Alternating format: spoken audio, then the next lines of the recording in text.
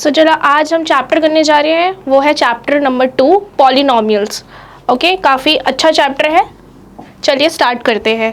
सो topics क्या क्या हमें कवर करने इस वीडियो में, इस चैप्टर में ये सारे टॉपिक्स जो है हम इस वीडियो में पूरा कवर करेंगे। ठीक है, so full concept of the polynomial, polynomial क्या होता है, उसके कॉन्सेप्ट्स क्या है, कितनी सारी चीज़ें हैं पॉलिनॉमियल्स के अंदर, सब कवर करेंगे इस वीडियो में हम। सेकेंडली टाइप्स ऑफ पॉलिनॉमियल, ठीक है, कितने तरीके के पॉलिनॉमियल्स होते हैं we will discuss in this video। Zero of the polynomial ये भी डिस्कस करेंगे आगे कि क्या होता है। नेक्स्ट ग्राफिक रिप्रेजेंटेशंस करेंगे। Next relation of zeros of the coefficient, इनके बारे में भी हम सब डिस्कस करेंगे इसी वीडियो में। Polynomial division method and all exercises on all questions of the exercises. ठीक है, let's start with this today's session. तो चलिए स्टार्ट करते हैं। पॉलिनॉमियल को समझते हैं कि पॉलिनॉमियल क्या है। अब हम इसे पॉलिनॉमियल को समझेंगे हाफ हाफ करके। ठीक है, पॉली को समझते हैं एंड देन नॉमियल्स को समझेंगे। तो पॉली का मतलब होता है मैनी, बहुत सारे नंबर्स। ठीक है, बहुत सारा, ऐसा समझिए मैनी। ठीक है, और नॉमियल्स का मतलब होता है टर्म्स। ठीक है, तो इसका मतलब क्या हो गया, इसका मतलब हो गया मैनी, राइट, और इसका मतलब क्या हो गया टर्म्स, या फिर यू कैन से टुकड़े। ठीक है, तो बहुत सारे टुकड़े मिलके जब कोई इक्वेशन फॉर्म करते हैं तब हम उन्हें पॉलिनॉमियल कहते हैं। ठीक है, इजी टू अंडरस्टैंड। ओके, तो अब पॉलिनॉमियल का मतलब हो गया कि बहुत सारे टर्म्स मिलके फॉर्म करते हैं पॉलिनॉमियल। ठीक है, अब कुछ एग्जांपल्स लेते हैं हम। तो एग्जांपल्स लेते हैं हम, किस तरह के एग्जांपल्स, अगर मैं ये कहूँ 2x + 4, तो ये पॉलिनॉमियल है ना। मैंने दो टर्म्स को ऐड कर दिया, तो दो टर्म्स को ऐड कर दिया, that's mean it is a polynomial, right. कोई और फॉर्मूला, कोई और एग्जांपल लेते हैं इसमें हम। ओके, अगर मैं कहूँ ax + b, ये भी पॉलिनॉमियल है ना। एक और लेते हैं 4 - x, ये भी दो टर्म्स है ना, तो मैंने दो टर्म्स को ऐड किया, या फिर मैं इसमें और ऐड कर देती हूँ 2x²। ठीक है, तो this is also a polynomial. अब आगे देखिए, अगर मैं आपको ये कहूँ a/b, तो क्या ये पॉलिनॉमियल है? नहीं, ये पॉलिनॉमियल नहीं है। क्यों? क्योंकि सिर्फ ये एक ही टर्म है, राइट। ये एक ही टर्म दिखा रहा है a/b, मतलब कि डिवीजन के फॉर्म में जब आता है, या फिर मैं कहूँ कि ये मैं ऐसे लिखती a × b या फिर ab, तो ये भी सिंगल टर्म है। ठीक है, तो सिंगल टर्म को हम पॉलिनॉमियल नहीं मानेंगे, क्योंकि अभी मैंने आपको समझाया कि बहुत सारे टर्म्स को जब हम ऐड करते हैं तब वो पॉलिनॉमियल बनाता है। ठीक है, अब देखिए, इसका मतलब ये पॉलिनॉमियल नहीं है, ये भी पॉलिनॉमियल नहीं है, बट ये सारे जो थे ये हमारे पॉलिनॉमियल्स थे, क्योंकि ये ऐड अप होके बहुत सारे टर्म से ऐड होकर बने हैं। ठीक है, अब इसमें एक कंडीशन है जो मैंने अभी आपको समझाई। अब आपको समझ आ रहा होगा कि ये जो प्लस प्लस माइनस इनसे मिलके बनते हैं, इनसे ऐड अप या फिर सब्ट्रैक्ट होके कुछ नंबर्स को हम जोड़ते हैं, तब उन्हें हम पॉलिनॉमियल्स कहते हैं। ठीक है, उसकी कंडीशन क्या है कि terms must be split by addition और सब्ट्रैक्शन। ठीक है, या तो एडिशन से स्प्लिट होने चाहिए टर्म्स, या फिर सब्ट्रैक्शन से होने चाहिए, वो मल्टीप्लिकेशन या डिवीजन के फॉर्म में नहीं होने चाहिए, जैसे कि ये वाले एग्जांपल्स थे। ये वाले एग्जांपल्स पॉलिनॉमियल नहीं है। ओके, चलिए अब आगे बढ़ते हैं। इतना आपको क्लियर हो गया होगा कि पॉलिनॉमियल में क्या क्या चीज़ें, आई मीन पॉलिनॉमियल क्या है। Okay, so polynomial has, okay, now we need to understand कि पॉलिनॉमियल में क्या क्या चीज़ें हैं जो पॉलिनॉमियल को फॉर्म करती है। यहाँ पे मैंने एक एग्जांपल लिया है, इसको हम px मतलब पॉलिनॉमियल ऑफ x के फॉर्म में भी लिखते हैं। ठीक है, मैंने यहाँ पे एक एग्जांपल लिया है 3x² + 8x + 5, this is a polynomial ना, क्योंकि मैंने यहाँ पे कई सारे टर्म्स को ऐड करके पॉलिनॉमियल बना दिया। ठीक है, अब देखिए पॉलिनॉमियल में क्या क्या होता है। सबसे पहला होता है टर्म्स। ठीक है, ये तो हम पढ़ चुके हैं, क्योंकि टर्म्स को ऐड करके क्या है ना, ये टर्म्स है, ये टर्म है, ये टर्म है, और भी होते तो वो भी टर्म्स होते। ठीक है, तो ये सारे, ये सभी जो है ये सारे टर्म्स ही है। नेक्स्ट देखिए constants. Okay, what are constants? Now constant is something जिसकी वैल्यू कभी चेंज नहीं होती, जिसकी वैल्यू हमेशा फिक्स रहती है। ठीक है, जैसे कि मैं एग्जांपल लूँ पाई का, पाई की वैल्यू हमेशा फिक्स रहती है ना, 22/7 और वी कैन से 3.14, है ना। तो इसका मतलब कि ये कांस्टेंट वैल्यू, ये सभी के लिए कांस्टेंट है, ये हमेशा ही कांस्टेंट रहती है, ठीक है। ऐसे ही कांस्टेंट होते हैं। अब कांस्टेंट यहाँ पे क्या है, कांस्टेंट यहाँ पे नंबर्स कांस्टेंट है, ठीक है। आपके जितने भी नंबर्स दिख रहे हैं ना 3, 8, 5, ये सारे कांस्टेंट नंबर्स हैं जिनको हम कांस्टेंट कहते हैं। 3, 8, 5, है ना, ये कभी अपना रूप नहीं बदलेंगे, ये कभी चेंज नहीं हो सकते, राइट ये कभी चेंज नहीं हो सकते। 3 यहाँ पे भी 3 है, कहीं और जाके आप किसी से पूछोगे तो वो भी 3 रहेगा। इट कांट बी लाइक 8, 9, नहीं ना, 3 तो 3 रहेगा, एंड ऐसे ही 8 भी 8 ही रहेगा और 5 भी 5 ही रहेगा। तो ये वाले नंबर्स को हम कहते हैं कॉन्स्टेंट्स, ठीक है। इतना क्लियर हो गया आपको। नेक्स्ट देखिए, नेक्स्ट है वेरिएबल्स, ठीक है। अब वेरिएबल्स की बात करें अगर हम, तो वेरिएबल्स क्या होते हैं, वेरिएबल्स होते हैं जो हमेशा चेंज होते रहते हैं। जैसे कि ये हो गए आपके variables, it could be like A, B, X, Y, Z, ठीक है। तो ये जो होते हैं वो आपके वेरिएबल्स होते हैं। वेरिएबल्स ऐसे टर्म्स होते हैं जिनकी वैल्यूज चेंज होती रहती है, राइट जिनकी वैल्यूज हमेशा चेंज होती रहती है। जैसे कि अगर मैं यहाँ पे x की वैल्यू 2 पुट कर दूँ तो यहाँ आपका आंसर अलग आ जाएगा, राइट। अगर मैं x की वैल्यू 3 पुट करती हूँ तो आंसर अलग आ जाएगा, कांस्टेंट नहीं है ना ये। ऐसे ही मैं यहाँ पे पुट करूँगी तो इसमें भी आंसर अलग आ जाएगा, ठीक है। नेक्स्ट देखिए, वेरिएबल भी आपको क्लियर हो गया, ठीक है। नेक्स्ट आते हैं positive degree. Yes, a polynomial has always maintain a positive degree, okay. So positive degree क्या है, अब देखिए आप ऊपर देख सकते हैं यहाँ पे डिग्री है ना, मैं यहाँ पे ले लेती हूँ 2x² + 4x + 3, ठीक है। तो यहाँ पे ये डिग्री जो दिख रही है आपको, एक्सपोनेंट या फिर पावर कुछ भी कह सकते हैं आप, ये जो दिख रहा है आपको, ठीक है, ये क्या है, ये पॉजिटिव में, ये नॉन नेगेटिव डिग्री है। कभी पॉलिनोमियल में जो पावर्स आएंगी वो कभी नेगेटिव में नहीं हो सकती। हमेशा ध्यान रखना है आपको कि हम इसे ऐसे नहीं लिख सकते 2x - 2, 2x की power -2, no, we can't write down like this, okay, this will be wrong. So कभी माइनस में डिग्री नहीं होगी पॉलिनोमियल की, हमेशा पॉजिटिव डिग्री मेंटेन करेगा, ओके।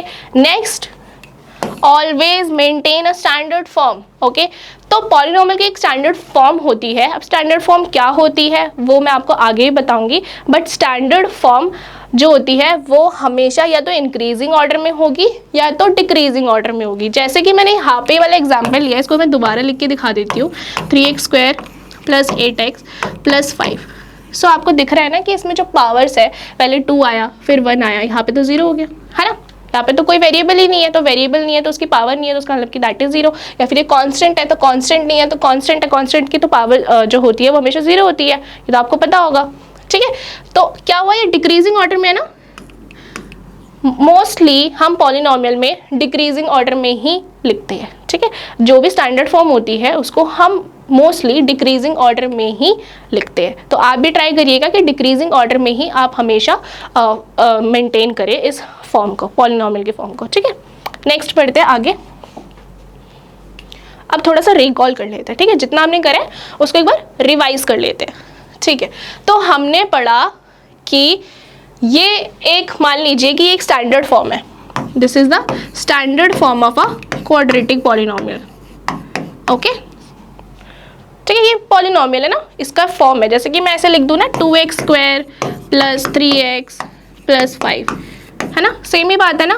तो ये एक स्टैंडर्ड फॉर्म है, you can say this is a standard form, ठीक है। तो अब देखिए, अगर मैंने ये बोल दिया कि ये एक पॉलिनोमियल है, this is a polynomial where a, b, c are real numbers, okay. Real numbers आप पढ़ चुके हो, ठीक है, तो अब आप क्लियर हो गए कि रियल नंबर्स क्या होते हैं। तो ये जो a, b, c है ना, ये कुछ भी नंबर्स होते हैं, कुछ भी नंबर हो सकते हैं, it could B rational, it could B irrational, it could be anything, ठीक है। तो a, b, c जो है वो सारे रियल नंबर्स है। और आगे देखिए, and all the exponents of x are positive numbers. So यही हमने अभी लास्ट मैंने जो आपको समझाया उसमें आपको मैंने यही समझाया है कि जो पावर होगी वो हमेशा क्या रहेगी, वो पॉजिटिव रहेगी। So it could never be in negative, ठीक है। तो पावर जो होगी वो कभी भी नेगेटिव नहीं होगी, वो हमेशा पॉजिटिव रहेगी, ठीक है। ये आप समझ चुके हो, ये आपको क्लियर हो चुका है। अब आगे बढ़ते हैं, ठीक है। देखिए, पॉलिनोमियल्स को हमने दो पार्ट्स में डिवाइड कर दिया, ठीक है, on the basis of number of terms. कितने टर्म्स है, जैसे कि यहाँ पे टर्म्स दिख रहे हैं ना आपको, यहाँ पे कितने टर्म्स है, 3 टर्म्स है ना। ऐसे मैंने आपको जो पहले एग्जांपल्स दिए थे, जैसे कि 2x भी हो सकता है, 2x + 4 ऐसे कर सकते हैं ना, 2x + 4, तो इसमें 2 टर्म्स है। ऐसे टर्म्स के अकॉर्डिंग हमने क्लासीफाई कर दिया पॉलिनोमियल को। तो नंबर ऑफ टर्म्स के उस के में हमने क्लासीफाई करा and secondly degree of the polynomial, ठीक है। अब इसको समझते हैं, डिग्री भी देख लीजिए आप। डिग्री में यहाँ पे देखो स्क्वायर है, px है, अगर मैं यहाँ कहूँ तो यहाँ पे जो है वो डिग्री 1 है। तो ये पॉलिनोमियल डिफरेंट है, ये पॉलिनोमियल डिफरेंट है ना। तो इसको भी हमने क्लासीफाई कर दिया है अलग अलग ग्रुप्स में। तो अब देखिए, types of polynomial based on the number of terms, ठीक है। तो हम अभी पढ़ेंगे नंबर ऑफ टर्म्स के बेसिस पे पॉलिनोमियल को कितने पार्ट्स में डिवाइड किया है, 3 पार्ट्स में, ठीक है। The first one is monomial, okay. So monomial, mono का मतलब होता है 1, सिंगल, ओके। मोनो का मतलब होता है 1। तो मोनोमियल का मतलब होता है जब कोई एक पॉलिनोमियल जिसमें सिर्फ सिंगल टर्म हो, सिर्फ सिंगल टर्म हो, ओके। तो सिंगल टर्म कुछ भी हो सकते हैं, जैसे 2x, 6x², 9xy, ये सारे सिंगल टर्म्स भी है ना, ये सारे ही सिंगल टर्म्स है, राइट। तो अब आप बोलोगे कि भाई हमने तो भी पढ़ा कि पॉलिनोमियल का मतलब होता है कि बहुत सारे टर्म्स को ऐड करके हम पॉलिनोमियल बनाते हैं। तो मोनोमियल तो सिंगल टर्म को शो कर रहा है, मोनोमियल का मतलब तो सिंगल टर्म होता है। तो फिर exactly this is not a polynomial, you should understand this कि ये पॉलिनोमियल नहीं है, ओके। ये पॉलिनोमियल नहीं है, ठीक है। देखिए क्यों, क्योंकि यहाँ पे सिर्फ सिंगल टर्म्स है ना। सिंगल टर्म्स तो पॉलिनोमियल नहीं होती, बट ये पॉलिनोमियल का एक हिस्सा है, इसलिए हमें ये समझना है, ठीक है। आगे बढ़ते हैं, बाइनोमियल। बाइनोमियल बाईसाइकिल है ना, आपने बचपन में चलाई है बाईसाइकिल। सो 2 टर्म्स, सो 2 टर्म्स को जब हम ऐड करते हैं और वैसी इक्वेशन को हम कहते हैं बाइनोमियल पॉलिनोमियल, ओके, ठीक है। इसको देखिए, एक टर्म, 2 टर्म, 2 टर्म्स को हमने ऐड कर दिया तो बाइनोमियल बन गया, है ना। ऐसे ही इसमें भी देखिए 2 टर्म्स है, तो 2 टर्म्स को हमने जब ऐड कर दिया तो वो क्या बन गया, बाइनोमियल पॉलिनोमियल बन गया, okay. Next, trinomial. Now try से आपको समझ आ रहा है, ट्राइनोमियल का मतलब कि ऐसे पॉलिनोमियल जिसमें 3 टर्म्स हो, ओके। 3 टर्म्स को ऐड करके जब हमने कोई इक्वेशन बना दी तो उसको हमने ट्राइनोमियल बोल दिया, सिंपल। तो यहाँ पे मैंने एग्जांपल लिया है, देखिए ये वाला, जिसमें 1 टर्म, 2 टर्म और 3 टर्म, 3 टर्म को ऐड अप करके हमने पॉलिनोमियल बनाया, राइट। अब देखिए आगे बढ़ते हैं, नेक्स्ट वाला बढ़ते हैं, types of polynomials based on degrees, okay. अब डिग्री वाला पढ़ेंगे हम कि डिग्री के बेस पे हमने कैसे क्लासिफाई कर रखा है पॉलिनोमियल्स को, ठीक है। अब देखते हैं आगे। सो सबसे पहला है लीनियर पॉलिनोमियल। लीनियर पॉलिनोमियल ऐसा पॉलिनोमियल है जिसकी हाईएस्ट पावर 1 होती है, ओके। जिसकी हाईएस्ट पावर इक्वेशन में, जो हम इक्वेशन बना रहे हैं उसमें जो हाईएस्ट पावर होगी ना उस इक्वेशन की, वो 1 होगी, उसको हम लीनियर पॉलिनोमियल कहेंगे। So a polynomial whose highest degree is 1 is linear polynomial, okay. So examples are 2x + 1, इसकी हाईएस्ट डिग्री क्या है, 1 है ना, तो इसकी हाईएस्ट डिग्री 1 होगी। इसकी भी डिग्री देखिए क्या होगी, 1 होगी, है ना। इसकी डिग्री क्या होगी, 1। तो हाईएस्ट डिग्री को हमें देखना है, ठीक है। हाईएस्ट डिग्री को, हाईएस्ट डिग्री क्या है हमारे पास, 1 है। तो ये कौन से पॉलिनोमियल है, ये लीनियर पॉलिनोमियल है, ठीक है। आगे देखिए, now the second one is quadratic polynomial. हम इस चैप्टर में ज़्यादातर जो है वो क्वाड्रेटिक पॉलिनोमियल के ऊपर ही पढ़ेंगे, तो आपको ये समझना बहुत इंपॉर्टेंट है, ठीक है। तो इसको आप आराम से और ध्यान से समझिए। क्वाड्रेटिक पॉलिनोमियल कौन सा पॉलिनोमियल होता है, जिसकी हाईएस्ट डिग्री 2 हो, ठीक है। जिस इक्वेशन की हाईएस्ट डिग्री 2 होगी उसको हम क्वाड्रेटिक पॉलिनोमियल कहेंगे। जैसे कि यहाँ पे एग्जांपल्स देखिए, 3x² + 8x + 5। तो यहाँ पे जो हाईएस्ट डिग्री है वो क्या है, 2 है ना। हाईएस्ट डिग्री 2 है तो that's mean it's a quadratic polynomial, okay.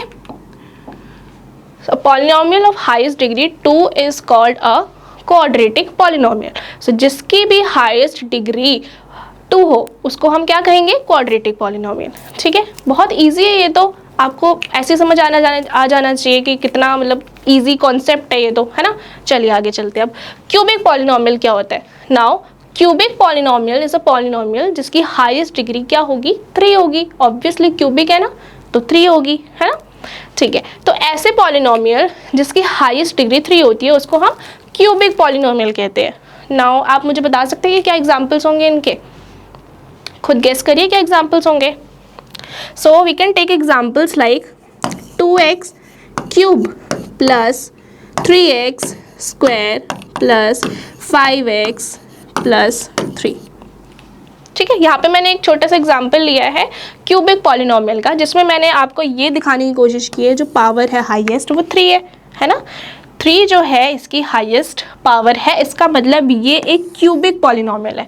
Okay, सो हमने पढ़ लिया लीनियर पॉलिनोमियल क्या होता है, क्वाड्रेटिक पॉलिनोमियल क्या होता है और क्यूबिक पॉलिनोमियल क्या होता है। इतना आपको आराम से समझ आ गया होगा, है ना। बहुत ईजी है ये तो। चलिए, तो मैंने यहाँ पे ना एक एग्जाम्पल लिया, आप एक एग्जाम्पल के थ्रू समझेंगे कि जीरोज ऑफ पॉलिनोमियल्स होते क्या है। ठीक है, तो आपको ये एग्जाम्पल दिख रहा है ना, आप इजीली इसको देख के समझ सकते हैं कि ये एक लीनियर इक्वेशन है ना। ये एक लीनियर इक्वेशन है क्योंकि इसकी जो हाईएस्ट पावर है इट विल बी 1, है ना। तो देखिए, अब इसको आगे देखिए, इसे ध्यान से समझना है। ठीक है, मैं इस x की जगह क्या वैल्यू पुट करूं कि मेरे पास ये px जो है वो 0 के इक्वल आ जाए, मतलब ये पॉलिनोमियल 0 के इक्वल आ जाए। मैं यहाँ पे x की वैल्यू क्या पुट करूं। ठीक है, तो मुझे दिख रहा है कि अगर मैं x की जगह क्या पुट करूं, 4, है ना। अगर मैं 4 पुट करूंगी तो 4 - 4 दैट विल बी 0। ठीक है, इतना तो कॉमन सेंस है, राइट। 4 - 4 will be 0। तो क्या आ जाएगा यहाँ पे, 4 में अगर लिख दूँ तो मेरे पास क्या वैल्यू आ जाएगी, 0 आ जाएगी ना। तो मतलब पॉलिनोमियल का 0 आ गया किससे, x की वैल्यू मैंने क्या पुट करी, 4। ठीक है, तो ये जो 4 है ना, ये आ गया इसका 0, इसका 0 क्या आ गया, 4। मतलब कि इस इक्वेशन का, इस पॉलिनोमियल का 0 क्या आया, 4 आया। ठीक है, अब देखिए जो जीरोस है ना उसको हम रूट्स भी कहते हैं और उनको हम सॉल्यूशंस भी कहते हैं। अब पेपर में आपके पास ऐसे क्वेश्चंस आ जाएंगे कि रूट्स निकालिए पॉलिनोमियल्स के, तो आप कंफ्यूज हो जाओगे कि भाई रूट्स हमने पढ़े नहीं थे, रूट्स हमें समझाया ही नहीं था, रूट्स होते क्या है। तो रूट्स कुछ नहीं होते, जीरोस को ही रूट्स कहते हैं। ठीक है, they both are same and हम सॉल्यूशंस भी कह सकते हैं इन्हें। ठीक है, तो अगर कोई भी वर्ड आता है तो don't get confuse over these words. Okay, तो जीरोस, रूट्स एंड सॉल्यूशन ये सारे सेम वर्ड्स हैं, सबका मतलब सेम है, सब कुछ इसी तरह से निकलेगा। ठीक है, ये कॉन्सेप्ट क्लियर हो गया ना आपको। आपको क्या समझ आया कि हम x की वैल्यू किसी भी इक्वेशन में हम क्या पुट करें, उस वेरिएबल की वैल्यू क्या पुट करें जो हमारा पॉलिनोमियल 0 आ जाए। सो यहाँ पे मैंने लिखा भी है value of variable which a polynomial becomes 0। तो वैल्यू क्या डालें हम वेरिएबल की कि हमारा जो पॉलिनोमियल हो वो 0 आ जाए। ठीक है, तो उसी को हम 0 कहेंगे। यहाँ पे 0 क्या निकला इस पॉलिनोमियल का, 4। ठीक है, इतना आपको क्लियर हो गया ना कि हमने 0 निकाल लिया, इस पॉलिनोमियल के 0 क्या आया हमारे पास, 4। ठीक है, अब मैंने आपको ये बताया था कि ये कौन सी इक्वेशन है, कौन सी पॉलिनोमियल है, ये एक लीनियर पॉलिनोमियल है ना, ये लीनियर पॉलिनोमियल है। अगर इसी को मैं ग्राफिकल रिप्रेजेंट करना चाहूँ, ग्राफ में रिप्रेजेंट करना चाहूँ तो कैसे हम प्रेजेंट कर सकते हैं। अगर मैं इसी इक्वेशन को y के फॉर्म में लिखूँ, y = x - 4। ठीक है, और मुझे ये ग्राफ में शो करना है। ठीक है, तो हम क्या करते थे, इतना तो आपको याद होगा कि अगर हमें y की वैल्यूज़ चाहिए तो हम क्या करेंगे, हम पॉइंट्स निकालेंगे, है ना, x और y के पॉइंट्स निकालेंगे, क्योंकि हमें ग्राफ में पॉइंट करना है तो हमें x और y के पॉइंट्स चाहिए ना। तो x और y के पॉइंट्स निकालने के लिए हम क्या करेंगे, पहले अगर मैं x की वैल्यू 0 ले लूँ तो y की वैल्यू क्या आ जाएगी मेरे पास, -4, है ना। कैसे, अगर मैंने x की वैल्यू 0 पुट कर दी तो y क्या आ जाएगा हमारे पास, -4 आ जाएगा ना। इतना तो इजी है समझना, y क्या आ जाएगा आपके पास, -4। ठीक है, नेक्स्ट देखिए, अगर मैं यहाँ पे y की वैल्यू 0 लूँ, y की वैल्यू मैंने 0 ले ली, तो क्या आ जाएगा, x क्या आ जाएगा बताइए, तो x मेरे पास आ जाएगा 4, है ना। अगर मैंने क्या किया, मैंने x की वैल्यू 0 ले ली पहले, तो y क्या आ गया मेरे पास -4, है ना। इसी तरह से आपके पास y -4 आ गया। एंड सेकेंडली मैंने क्या किया, मैंने y की वैल्यू 0 ले ली। इसी इक्वेशन में मैं डायरेक्टली लिख रही हूँ कि y की अगर मैंने वैल्यू 0 ले ली तो x की वैल्यू क्या आ जाएगी हमारे पास, x तो यही रहेगा और ये यहाँ पर आके क्या हो जाएगा 4 बन जाएगा, तो x की वैल्यू 4 आ जाएगी। ठीक है, अगर मैं इसी को ग्राफ में शो करना चाहूँ तो मैं किस तरह से शो करूँगी कि x की वैल्यू क्या आई है 0 और -4, है ना। x 0 है और y की वैल्यू क्या आई है -4 ना, तो x तो 0 ही है, यहीं पे रहेगा, ये आपका y है, ये आपका x है। ठीक है, x तो 0 है, वो तो यही रहेगा, y क्या है -4, तो ये कुछ इधर आएगा, ऐसा समझ लीजिए, ये -4 है, कुछ यहाँ पे इसके पॉइंट बन गई। ठीक है, इसका ये पॉइंट यहाँ पर बन गया है। और अगर मैंने x की वैल्यू 4 ली है तो मैंने मान लिया कि यहाँ पर 4 था और ये यहाँ पर डिनोट कर दिया मैंने, तो y की वैल्यू क्या है 0 है ना, y का पॉइंट 0 है, तो दैट विल बी 0 ओनली। तो अब देखिए ये जो लाइन बनेगी ये एक स्ट्रेट लाइन बनाती है। लीनियर पॉलिनॉमियल में हमेशा जब भी हम जीरोज ऑफ पॉलिनॉमियल को ग्राफ में रिप्रेजेंट करेंगे तो क्या आएगा, एक स्ट्रेट लाइन बनाएगा। ठीक है, और हमेशा जो ये जीरोज होते हैं ना, जितने भी जीरोज आएंगे, कितनी भी 1 हो 2 हो, कितनी भी जीरोज आए, वो हमेशा x की लाइन पे पड़े में मिलेंगे आपको, ये x की लाइन पे ही लाई करेंगे। ठीक है, देखिए कैसे, ये -4 था ना, ये क्या था 0 और -4, और ये क्या था 4 और 0, है ना। तो ये जो 4 आया है, ये जो 4 आया है, ये कहाँ पर आया है, x की लाइन पे ही आया ना ये, तो x की लाइन पे ही लाई मिलेंगे आपको, हमेशा x की लाइन पे ही लाई करते हैं जितने भी जीरोज आएंगे, चाहे वो क्वाड्रेटिक पॉलिनॉमियल के हो, चाहे वो लीनियर पॉलिनॉमियल के हो, चाहे वो क्यूबिक पॉलिनॉमियल के हो। ठीक है, तो अभी तो हम लीनियर पॉलिनॉमियल को समझ रहे हैं, तो लीनियर पॉलिनॉमियल में सिर्फ x एक्सिस को एक स्ट्रेट लाइन एक ही बार काट सकती है। ठीक है, तो कितने जीरोस आने की पॉसिबिलिटीज़ है लीनियर इक्वेशन में, सिर्फ एक। लीनियर इक्वेशन में सिर्फ एक जीरो आने की पॉसिबिलिटी रहती है। ठीक है, you need to understand that कि लीनियर इक्वेशन में, लीनियर पॉलिनॉमियल में जब भी हम किसी ग्राफ में रिप्रेजेंट करें, ठीक है, तो फिर एक ही जगह वो x को काट सकती है। ठीक है, एक ही जगह वो x को काट सकती है, तो एक ही जीरो आएगा लीनियर इक्वेशन में, लीनियर पॉलिनॉमियल में। ठीक है, you need to understand this. अब नेक्स्ट करते हैं, समझिए इसको। तो geometrical representation of a linear polynomial किस तरह से रहेगा, the graph of a linear equation polynomial is a straight line. ये तो मैं आपको समझा चुकी हूँ पीछे की स्ट्रेट लाइन रहती है अगर हम लीनियर इक्वेशन में ग्राफ बनाते हैं और उसको हम शो करते हैं ग्राफ में, तो कैसी लाइन बनती है, हमेशा एक सीधी लाइन बनेगी। ठीक है, स्ट्रेट लाइन बनेगी। ठीक है, अब ये समझिए कि मैंने आपको समझा दिया सीधी लाइन बनेगी, x में जितनी बार वो उसको कट करेगी, पहले जैसे मैंने ये समझाया कि आपको x में यहाँ पे कितनी बार कट करा, सिर्फ एक बार ना, तो जीरो कितना आया था, यहाँ पे हमारे पास एक ही जीरो आया था और यहाँ पे भी एक ही बार कट किया है, तो x एक्सिस को जितनी बार कट करता है ना कोई भी लाइन, तो उसको हम कह देते हैं जीरो। कितने जीरोस निकल सकते हैं लीनियर इक्वेशन की, लीनियर पॉलिनॉमियल के, सिर्फ एक जीरो निकल सकता है, क्योंकि आप लाइन जितनी मर्जी बार आप यहाँ वहाँ से कट कर लीजिए, वो x को सिर्फ एक ही बार कट करेगा, चाहे ऐसे हो, चाहे ऐसे हो, चाहे कैसे मर्जी हो, है ना, सिर्फ एक ही बार कट कर सकता है। या फिर ऐसा भी हो सकता है कि वो एक भी बार कट ना करे, 0 बार कट करे x एक्सिस को कट ही ना करे। अगर वो x एक्सिस को कट ही नहीं कर रहा तो इसका मतलब कि उसके जीरोस कितने होंगे, उस पॉलिनॉमियल की जीरो पॉलिनॉमियल्स होंगे, मतलब कि जीरोस जो होंगे वो जीरो होंगे, एक भी नहीं होगा, एक भी उसका जीरो नहीं होगा। ठीक है, अगर कोई लाइन x एक्सिस को कट नहीं कर रही है, इंटरसेक्ट नहीं कर रही है, तो इसका मतलब कि उसके जीरोस कितने होंगे, 0। ठीक है, so it cuts the x axis at exactly 1 point, exactly 1 point में ही ये कट करती है। पर ऐसा भी हो सकता है कि लीनियर इक्वेशन आए और आपको उसकी कोई वैल्यू ही ना मिले और वो कुछ इस तरह से बन जाए, उस तरह से बन जाए जिसमें x एक्सिस को वो इंटरसेक्ट ही ना करे। तो इंटरसेक्ट नहीं करेगा तो फिर इसका मतलब कि जीरोस तो आए ही नहीं, जीरोस तो बने ही नहीं। ठीक है, तो इसका मतलब इन दिस केस आपके पास जीरोस जो होंगे वो 0 होंगे। ठीक है, लीनियर इक्वेशन के जीरोस सिर्फ 0 ही होंगे। ओके, नेक्स्ट अब हम पढ़ेंगे नेक्स्ट क्वाड्रेटिक पॉलिनोमियल का ज्योमेट्रिकल रिप्रेजेंटेशन किस तरह से होगा। देखिए क्वाड्रेटिक इक्वेशन क्या होती है, क्वाड्रेटिक पॉलिनोमियल हमने पढ़ी थी जिसकी हाईएस्ट पावर क्या रहे, 2 रहे, है ना, जिसकी हाईएस्ट पावर 2 हो।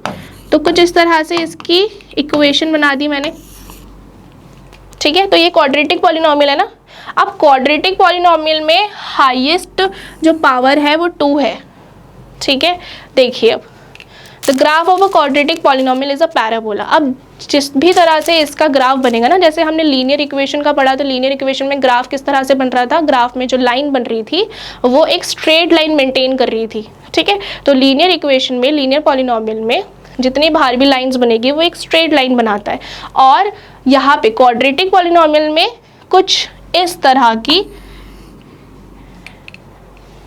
चीज़ बनती है, ठीक है। इस तरह की लाइन बनती है जिसको हम यू शेप भी कहते हैं, ठीक है। इस तरह की लाइन मेंटेन होती है, चाहे फिर वो कैसे भी हो सकती है। जैसे कि मैंने यहाँ पे ग्राफ बना दिया तो वो ऐसे हो सकती है, ऐसे हो सकती है, ऐसे हो सकती है, किसी भी तरह से यू की शेप में आपके पास एक लाइन बनी हुई मिल जाती है क्वाड्रेटिक इक्वेशन में, ठीक है। It looks like a U which either opens upwards और opens downwards depending on the value of A, ठीक है। तो ऐसा भी हो सकता है कि वो ऊपर खुले, ऊपर की तरफ यू बने, ऐसा भी हो सकता है वो नीचे की तरफ यू बने, ठीक है। तो कहीं भी वो यू बना सकता है, but it depends on the value of A in this quadratic form, ठीक है। तो ये जो है ये स्टैंडर्ड फॉर्म है क्वाड्रेटिक इक्वेशन का, है ना। ये हम पहले भी कर चुके हैं, x square plus b x plus c. तो इसमें अगर ए की वैल्यू पॉजिटिव में होती है, इसको हम आगे डिस्कस करेंगे, यहाँ पे आगे पैराबोला जब हम पढ़ेंगे तो इसको हम आगे डिस्कस करेंगे, वो आपको ईजिली ज़्यादा समझ आ जाएगा, ठीक है। देखिए अगर ए की वैल्यू जो होगी वो पॉजिटिव रहेगी तो पैराबोला जो होगा वो हमेशा अपवर्ड मतलब कि ऊपर की तरफ बनेगा, ठीक है। मतलब कि ये जो यू की शेप है वो ऊपर की तरफ खुलेगी। ऐसे ही अगर ए जो है वो नेगेटिव है, ये जो ए है ना, ये वाला ए, अगर ये नेगेटिव है, मतलब मैंने यहाँ पे लिख दिया -2, तो फिर क्या होगा, तो जो ये पैराबोला होगा वो डाउनवर्ड मतलब कि नीचे की तरफ यू बनाएगा, ठीक है। इतना क्लियर है। अब देखिए it can cut the X axis at 0, 1 और 2 पॉइंट्स, मतलब कि ये 1 या फिर 2 या फिर 0, मतलब इन तीनों में से किसी भी तरीके से काट सकता है। मतलब कि कितनी बार ये एक्स एक्सिस को काट सकता है, या तो 0 बार काटेगा, या तो 1 बार, या तो 2 टाइम्स। तो मतलब इस तरह से वो कट कर सकता है। तो मैक्सिमम नंबर ऑफ पॉइंट्स जिसमें वो एक्स को कट कर सके वो क्या है, 2, ठीक है। और ऐसा भी हो सकता है कि कुछ इस तरह से बन जाए यू, तो इसमें तो एक्स एक्सिस को वो काट ही नहीं रहा। इसमें भी देखिए, इसमें भी वो एक्स एक्सिस को नहीं काट रहा, तो इस केस में क्या हो जाएगा कि 0 0 आ जाएंगे ना, 0 रूट्स आ जाएंगे। क्यों? क्योंकि इसमें तो वो एक्स एक्सिस को काट ही नहीं रहा, तो एक्स एक्सिस को नहीं काट रहा, तो इसका मतलब कि उसमें जीरोज होंगे ही नहीं, है ना। अब देखिए इसमें एक्स एक्सिस को काट रहा है तो ये 2 बार काट रहा है ना। तो इसमें जो मैक्सिमम नंबर आ सकते हैं जीरोस के वो क्या होंगे, 2 होंगे, ठीक है। यहाँ पे देखिए graph of a polynomial which cuts the X axis in 2 distinct points, ठीक है। यहाँ पे मैंने आपको ग्राफ बना के यहाँ पे दिखाया है, जिसमें आपको ये दिख ही रहा होगा कि यहाँ पे एक तो यहाँ पे ये इंटरसेक्ट हो रहा है, एक तो यहाँ पे इंटरसेक्ट हो रहा है ना। यहाँ पे ये यू की शेप का भी बना रहा है और ये इंटरसेक्ट हो रहा है एक्स की लाइन पे, ये आपकी एक्स की लाइन है and this is your Y, ठीक है। तो x की लाइन पे जितनी बार कट हो रहा है वही हमें देखना है, हमें y की लाइन से कोई लेना देना नहीं है। तो x की लाइन पे कितनी बार कट कर रहा है, 2 बार कट कर रहा है, राइट, ठीक है। तो अगर x की लाइन पे वो इस तरह से अपवर्ड के डायरेक्शन में बना रहा है, तो इसका मतलब कि जो a है वो ग्रेटर देन 0 है, मतलब कि 0 से बड़ा है, ठीक है। तो इस तरह से वो लाइन बना रहा है। अब इसमें जीरोस कितने आ जाएंगे, जीरोस कितने होंगे इसमें, 2, क्योंकि वो 2 बार काट रहा है ना। इसमें देखिए ये कुछ इस तरह से ग्राफ बनाया हुआ है, जिसमें a की वैल्यू जो होगी, अगर a की वैल्यू 0 से कम हुई तो कुछ इस तरह का ग्राफ बनेगा, ठीक है। कुछ इस तरह का पैराबोला बनेगा। इसमें पैराबोला देखिए, इसमें डाउनवर्ड डायरेक्शन में u बनाया हुआ है, ठीक है। अब देखिए इसमें क्या वो x की लाइन को कहीं से इंटरसेक्ट कर रहा है, नहीं ना।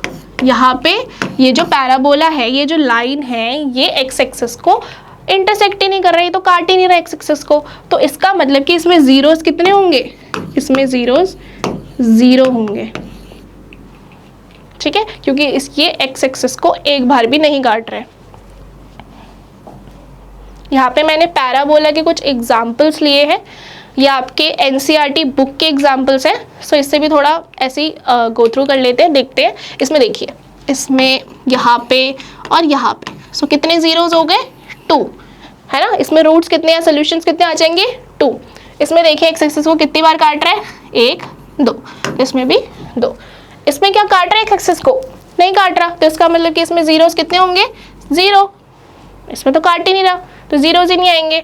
इसमें भी नहीं काट रहा, इसमें भी 0, इसमें भी इंटरसेक्ट नहीं हो रही एक्स लाइन, एक्स एक्सिस को इंटरसेक्ट नहीं कर रहा है पैराबोला, तो इसका मतलब कि उसमें 0 जीरोज होंगे।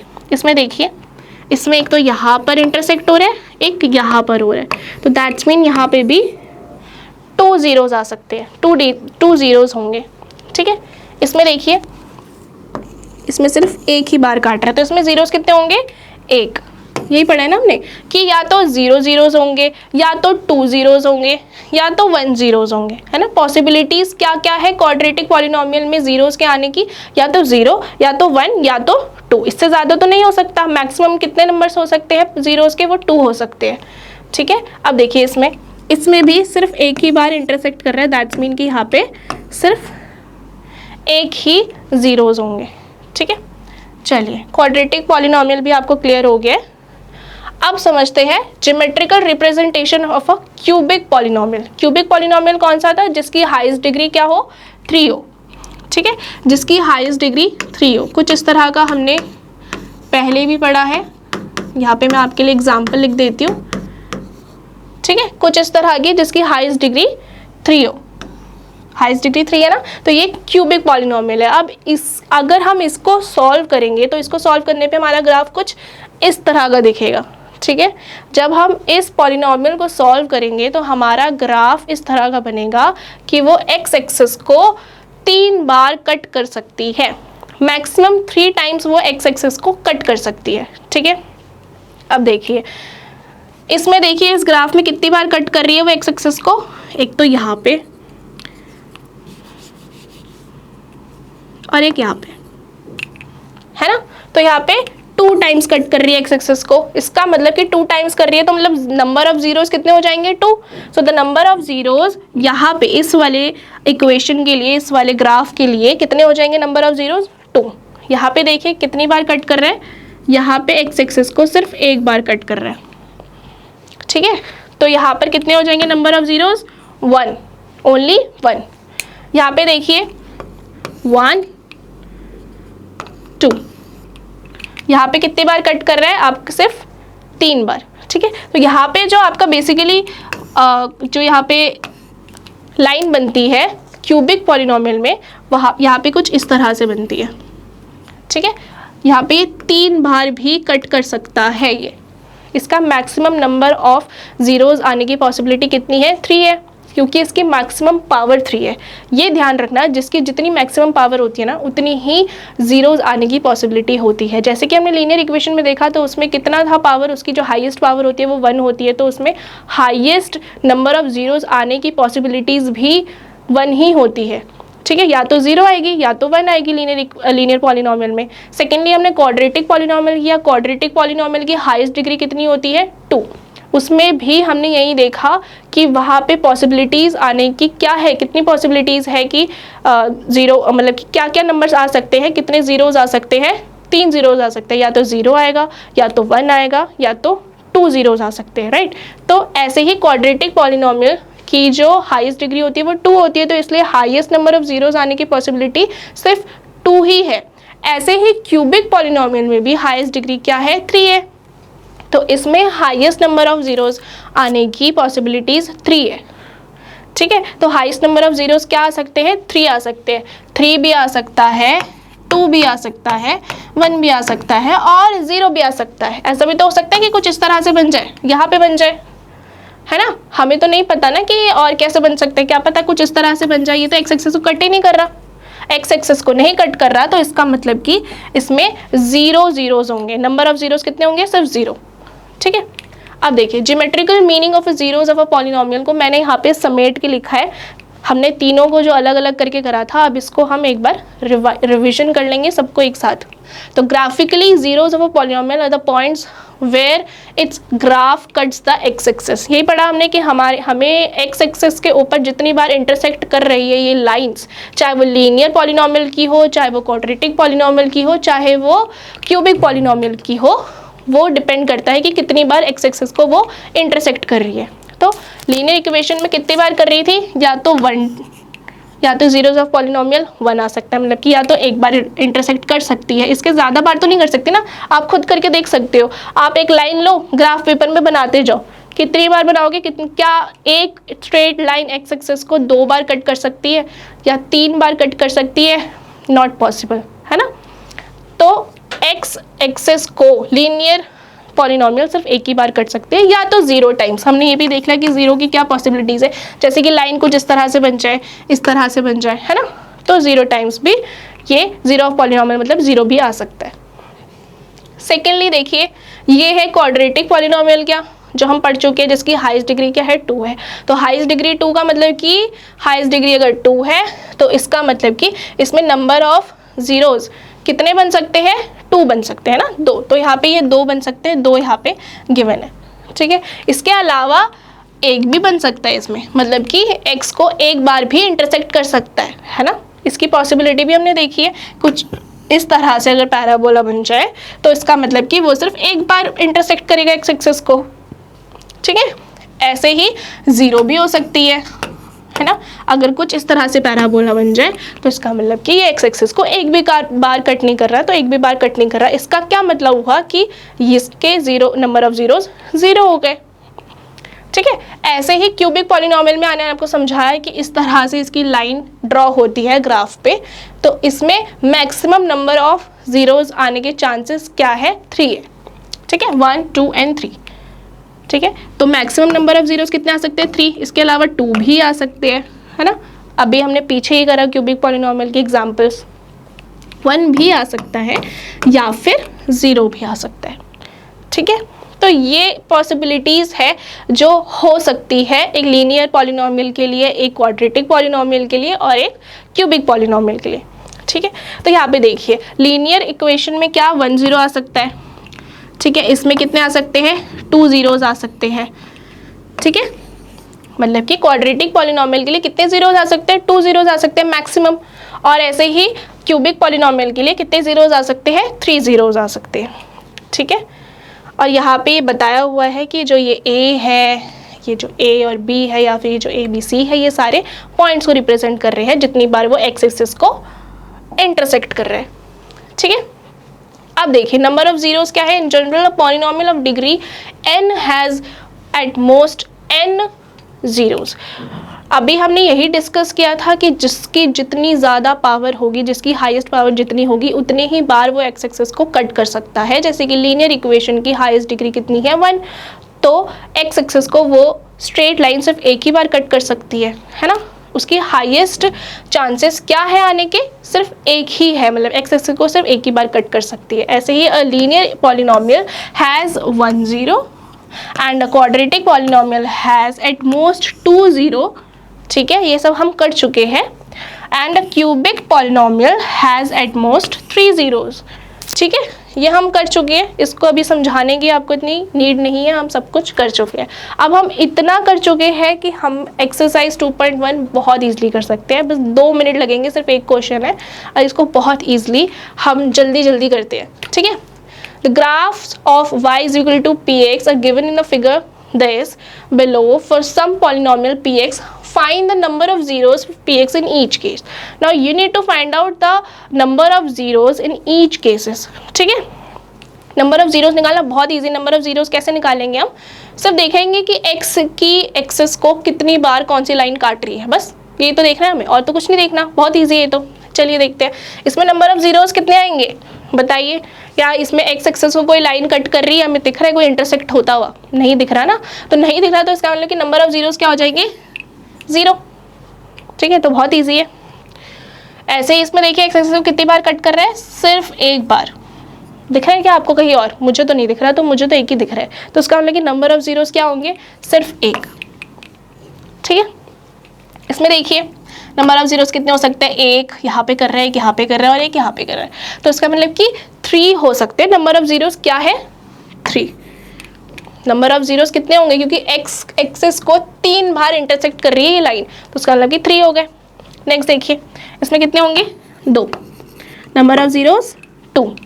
ठीक है, इसमें कितने होंगे? 1 2 3 and 4। So the number of zeros of this equation will be 4, है ना? ये तो ईजी है, 4 बार कट कर रहे हैं, 4 बार इंटरसेक्ट कर रहे हैं एक्स एक्सिस को, इसका मतलब कि 4 आ जाएगा नंबर ऑफ जीरोस। इसमें देखिए 1 2 3, तो एक्स एक्सिस को कितनी बार कट कर रहे हैं? 3 टाइम्स। ठीक है, समझ गए ये? तो हमारी एक एक्सरसाइज 2.1 हो गई है कंप्लीट। इजी था ना? बहुत इजी था, कॉन्सेप्ट क्लियर हो गया, तो हमने बहुत जल्दी से समझ लिया और बहुत जल्दी से कवर भी कर लिया। चलिए अब आगे बढ़ते हैं। अब हमें समझना है कि रिलेशनशिप्स क्या होते हैं, relationship between zeros and the coefficient of a polynomial. अच्छा, तो जीरोस तो आप समझ गए हो क्या होते हैं, है ना? जीरोस तो आप समझ गए हो कि क्या होते हैं। अब कोफिशिएंट क्या भला है भाई? कोफिशिएंट क्या है? कुछ बच्चों को पता भी होगा कोफिशिएंट क्या है। जैसे ही अगर मैं कहूँ 2x + 4x + 3, तो जब हम वेरिएबल के साथ कोई भी नंबर लिखते हैं या कोई भी नंबर अगर नहीं भी हो, मान लीजिए मैंने ऐसा लिख दिया, ठीक है, या फिर ऐसा, ठीक है, यहाँ पे तो इसमें तो वेरिएबल के साथ एक नंबर है ना, तो इसको हम कहते हैं कोफिशिएंट। तो x² का कोफिशिएंट क्या है? 2। ठीक है, ऐसे ही इसमें x का कोफिशिएंट क्या है? कोफिशिएंट का ऐसे समझ सकते हैं के साथ वाला, ठीक है, मतलब कि इसके साथ वाला। तो x जो है वो वेरिएबल है और वेरिएबल के साथ कोई नंबर हमने लिख दिया या नंबर नहीं भी लिखा हो, तो उसके साथ में अगर कुछ भी नहीं है तो हम 1 मान लेते हैं। जैसे इसमें अगर कुछ नहीं है तो दैट विल बी 1, है ना? तो x² का कोफिशिएंट इसमें क्या होगा? 1। x² के साथ में कौन सा नंबर लिखा है हमने? वो 1 है, तो इसका मतलब कि ये आपका कोफिशिएंट है। इसका मतलब यहाँ पे x का कोफिशिएंट क्या है? 4, है ना? यहाँ पे ये तो कांस्टेंट नंबर आ गया, ये तो नॉर्मल नंबर है जो कभी चेंज नहीं होगा, हम पढ़ चुके हैं इसके बारे में। इसमें भी क्या है? इसमें देखिए, इसमें भी सेम वही चीज़ है। इसमें कोफिशिएंट क्या होगा x² का? 1, है ना? अभी समझा चुकी हूँ 1 क्यों होगा। ऐसे ही x की इसमें जो कोफिशिएंट है दैट इज़ 5 एंड 3 तो इज़ अ कांस्टेंट नंबर। ठीक है, चलिए आगे देखते हैं। कोई नई बला नहीं है, ये सब बहुत इजी है, तो इतना स्ट्रेस लेने की कोई ज़रूरत नहीं है। चलिए अब इसे स्टार्ट करते हैं। ठीक है, अब हमने देखा कि जीरोस निकलते हैं। हमने देखा कि लीनियर इक्वेशन के, लीनियर पॉलिनोमियल के 1 0 निकलते हैं, है ना? 1 0 निकाल के भी हमने देखा था, हमने एग्जाम्पल लिया था। क्वाड्रेटिक पॉलिनोमियल के कितने जीरोस निकल सकते हैं? 2 जीरोस निकल सकते हैं ना, क्योंकि हाईएस्ट पावर 2 है, तो इसका मतलब कि नंबर ऑफ जीरोस कितने निकल सकते हैं? 2 जीरोस निकल सकते हैं।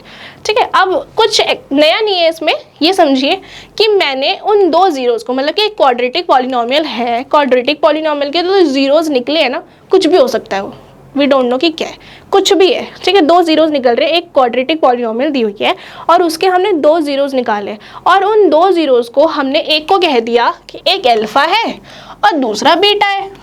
इतना क्लियर है कि हमने एक क्वाड्रेटिक पॉलिनोमियल लिया, उसके 2 जीरोस निकाले, उसके 2 जीरोस को हमने कह दिया कि ये अल्फा है और ये बीटा है। ठीक है, तो अल्फा और बीटा कुछ नया नहीं है, बस ये जीरोस को हमने बोला, क्वाड्रेटिक पॉलिनोमियल के जीरोस को हमने नाम दे दिया कि अल्फा और बीटा है। If alpha and beta are zeros of a quadratic polynomial ax² + bx + c, यही है ना स्टैंडर्ड फॉर्म है क्वाड्रेटिक पॉलिनोमियल की, ax² + bx + c। ठीक है, तो क्या रिलेशन है इनके जीरोस का और इनके कोफिशिएंट्स का? अब कोफिशिएंट्स देखिए, ये x² का कोफिशिएंट क्या है? a, है ना? b का कोफिशिएंट क्या है? x का कोफिशिएंट क्या है? b, एंड c तो एक कांस्टेंट टर्म है। ठीक है, अब देखिए इसमें सम ऑफ जीरोस है। अगर मैं इन जीरोस का सम कर दूं, मैं ऐड कर दूं इन दोनों जीरोस को, मतलब कि अल्फा और बीटा को लेके मैं ऐड कर दूं, तो मेरे पास क्या वैल्यू आएगी? ठीक है, तो ये वैल्यू जो आएगी वो आपकी इक्वल होगी -b/a के। अब -b/a कहाँ से आया? देखिए माइनस बी अपॉन ए कुछ नहीं है, इसी इक्वेशन से आया। मैं इस इक्वेशन को यहाँ लिख देती हूँ, a x square plus b x plus c. ठीक है, तो ये जो आपकी स्टैंडर्ड फॉर्म है क्वाड्रेटिक पॉलिनोमियल की, इसी के थ्रू ये माइनस बी आया है। ठीक है, तो हमने ये वाला बी लिया और अपॉन में इसके बी के साथ माइनस लगा के अपॉन में हमने लिख दिया ए। ठीक है, ये फॉर्मूला है, ऐसा समझ लिए कि हमने जब दो जीरोस को ऐड अप किए क्वाड्रेटिक पॉलिनोमियल के, अल्फा और बीटा को ऐड कर दिया, तो हमारे पास जो वैल्यू आएगी ना वो इक्वल होगी माइनस बी अपॉन ए के। ठीक है, जिसको हम इस तरह से भी समझ सकते हैं कि minus coefficient of x. Okay, minus तो लगा ही हुआ है ना, माइनस के बाद कोफिशिएंट ऑफ एक्स, एक्स का कोफिशिएंट मतलब कि बी है ना, एक्स का कोफिशिएंट क्या है, बी ही तो है, तो इसका मतलब यहाँ पे बी ही तो लगा है ना। ये थोड़ा बड़ा है, ये थोड़ा छोटा है, समझाने के लिए आप दोनों समझ सकते हो, है ना। चलिए, coefficient of x square, coefficient of x square का मतलब कि एक्स स्क्वायर का कोफिशिएंट क्या है, एक्स स्क्वायर का कोफिशिएंट ए है ना, ए ही तो है, तो क्या आ जाएगा आपके पास, सेम ही तो है ये, माइनस बी को हम ये भी तो कह सकते हैं कोफिशिएंट ऑफ एक्स, है ना, and coefficient of x square क्या है हमारे पास, ए, तो सेम ही है। तो आप सिंपली ये वाला याद रख सकते हैं, है ना, ये इजी है याद रखना आपके लिए। तो alpha plus beta sum of zeros क्या आएंगे आपके पास, माइनस बी अपॉन ए। नेक्स्ट देखिए प्रोडक्ट, प्रोडक्ट मतलब मल्टीप्लिकेशन, मतलब कि अगर मैं इन दोनों जीरोस को मल्टीप्लाई कर दूं, दोनों का मल्टीप्लिकेशन कर दूं, तो मेरे पास क्या आएगा, किसके इक्वल आएगा वो, तो वो आएगा c अपॉन ए के इक्वल। c क्या है, ये कांस्टेंट नंबर है ना, c अपॉन ए इनके इक्वल आ जाएगा। इसको इसी तरह से भी समझ सकते हैं कि कांस्टेंट टर्म अपॉन में coefficient of x square, constant term is c है ना, and coefficient of x square is a। ठीक है, तो ये आपका हो गया, ये कुछ फॉर्मूलाज है जो आगे हमें यूज़ करना है क्वेश्चंस में। अब देखिए आपके बुक में जितने भी क्वेश्चंस हैं ना एक्सरसाइज 2.2 में, उसमें तो सिर्फ आपके यही तक आपको समझना है, यही तक आपका कंप्लीट हो जाएगा, यही तक आपको कवर करना है। पर कुछ एक्स्ट्रा बुक्स है जैसे आर डी शर्मा, या फिर आप जो हायर स्टडीज़ के लिए आप ले सकते हैं, जैसे आर डी शर्मा हो गई या फिर आर एस अग्रवाल होगी, तो उनमें आपको ये इसके क्वेश्चंस भी आ सकते हैं, तो आपको ये समझना भी इम्पॉर्टेंट है। ठीक है, तो इसको भी समझ लेते हैं थोड़ा सा। अब हमने ये पढ़ लिया कि क्वाड्रेटिक इक्वेशन की जो हाईएस्ट डिग्री होती है वो 2 होती है, तो इसका मतलब कि नंबर ऑफ जीरोस भी उसमें 2 ही आते हैं, तो हमने अल्फा और बीटा ही पढ़ा था, है ना। अब हम पढ़ रहे हैं कि क्यूबिक पॉलिनोमियल का अगर हमें निकालना है, उसके जीरोस कितने आ सकते हैं, क्यूबिक पॉलिनोमियल के 3 आ सकते हैं। क्यों, क्योंकि क्यूबिक पॉलिनोमियल की हाईएस्ट डिग्री 3 होती है, तो 3 होती है, इसका मतलब कि उसके जीरोस भी 3 आ सकते हैं। तो हमने यहाँ पे उनके जो 3 जीरोस है उनको नाम दे दिया, एक को अल्फा बोल दिया, एक को बीटा बोल दिया और एक को गामा बोल दिया। कुछ नई चीज़ तो नहीं है ना, ईजी है। हमने 3 जीरोस को नाम दे दिया, अल्फा बीटा गामा। ठीक है, और ये क्यूबिक पॉलिनोमियल है, तो उसकी जो स्टैंडर्ड फॉर्म होगी वो क्या है, a x cube b x square plus c x plus d, है ना। ठीक है, तो इसको यहाँ लिख देती हूँ मैं, इसी फॉर्म को दोबारा से मैं यहाँ लिख देती हूँ, a x cube plus b x square plus c x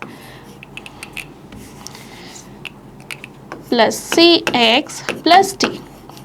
okay, so this is the standard form for cubic polynomial. तो इसमें भी वही है, इसमें भी हमारे पास जो 3 जीरोस है, अगर हम उन तीनों का सम करते तो वो किसके इक्वल होगा, वो माइनस बी अपॉन ए के इक्वल होगा। मतलब कोफिशिएंट ऑफ एक्स स्क्वायर है ना, माइनस तो है ही, माइनस तो होगा ही, और coefficient of x square upon में कोफिशिएंट ऑफ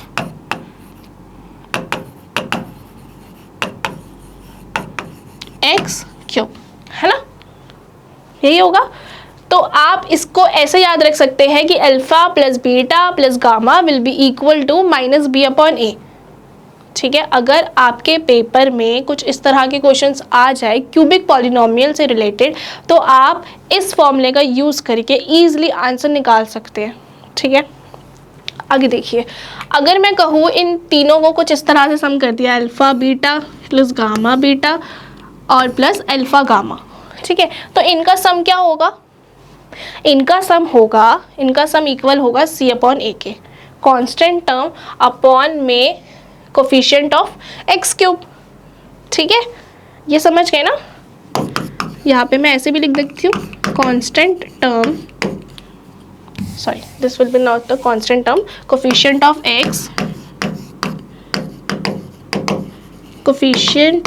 एक्स अपॉन में कोफिशिएंट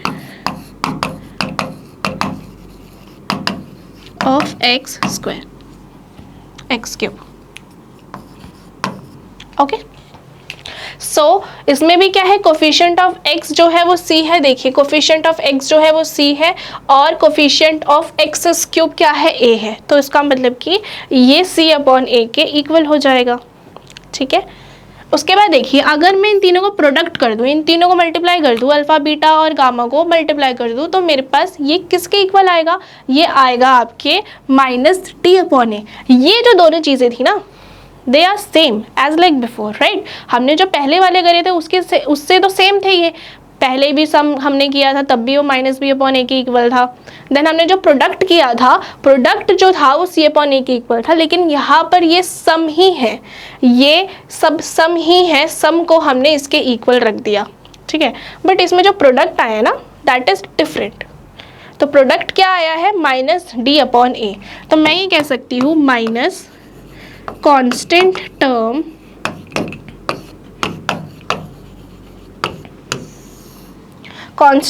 अपॉन ए मतलब कोफिशिएंट ऑफ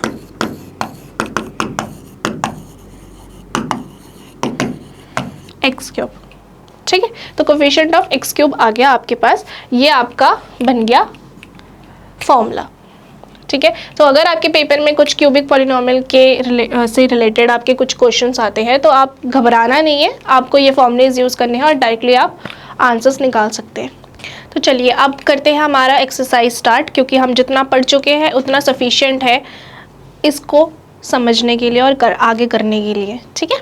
चलिए, तो क्वेश्चन क्या कह रहा है हमें, find the zeros of the polynomial quadratic following quadratic polynomials and verify the relationship between the zeros and the coefficients. So अभी पीछे ही हमने ये रिलेशनशिप्स करे हैं कि किस तरह से जीरोज और कोफिशिएंट को हम फॉर्मूले के बेस्ड पे इसके वैल्यूज़ निकाल सकते हैं, ठीक है। जैसे हमने अल्फा और बीटा को सम करके करा और अल्फा और बीटा की मल्टीप्लिकेशन, मतलब कि जीरोज़ की मल्टीप्लिकेशन और सम करके किस तरह से हम रिलेशनशिप्स को शो कर सकते हैं, यही हमें इस क्वेश्चन में दिखाना है, हमें ये शो करना है, ठीक है। Now we need to verify also the relationship between the zeros and the coefficients. So चलिए देखते हैं, फर्स्ट क्वेश्चन जो है वो आपका ये है, x square minus 2x minus 8, ठीक है। ये क्वाड्रेटिक पॉलिनोमियल है, हाईएस्ट पावर 2 है, क्वाड्रेटिक पॉलिनोमियल है, साफ समझ आ रहा है, ठीक है।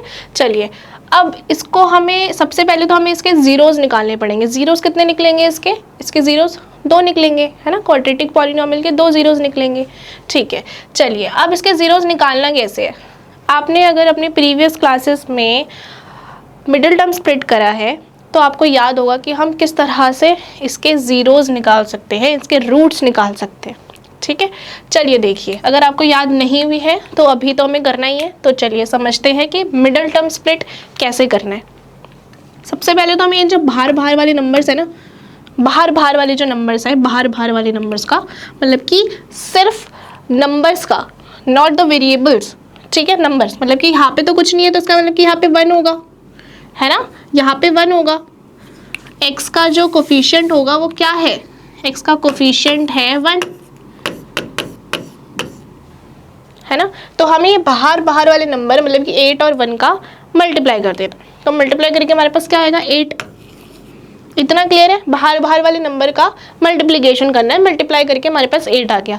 Now what we need to do कि हमें 8 के कुछ ऐसे फैक्टर्स निकालने हैं, 2 ऐसे फैक्टर्स निकालने हैं जिसको या तो सम करके या तो सब्ट्रैक्ट करके ये बीच वाला नंबर आ जाए, ये बीच वाला नंबर आ जाए, ठीक है।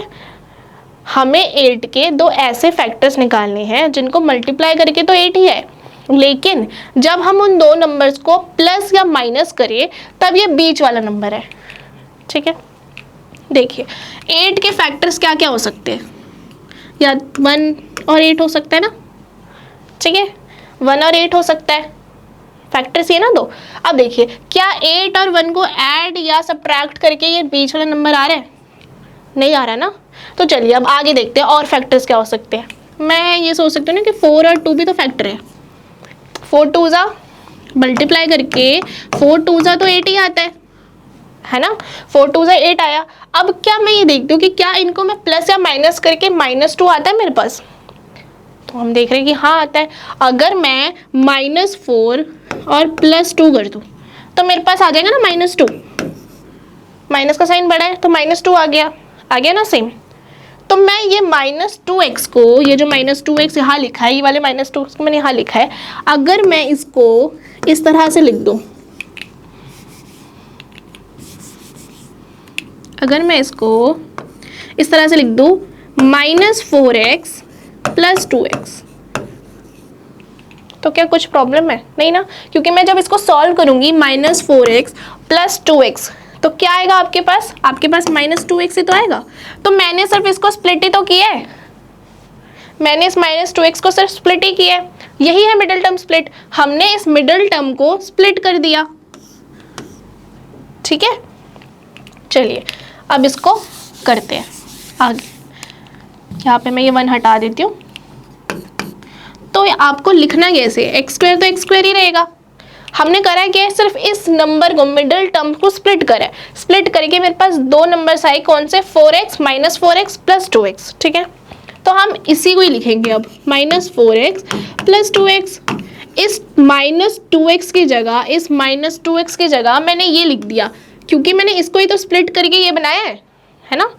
ठीक है, और इसको एज इट इज लिख देंगे -8 को। ठीक है, अब देखिए अब क्या करना है, आपको कॉमन निकालना है।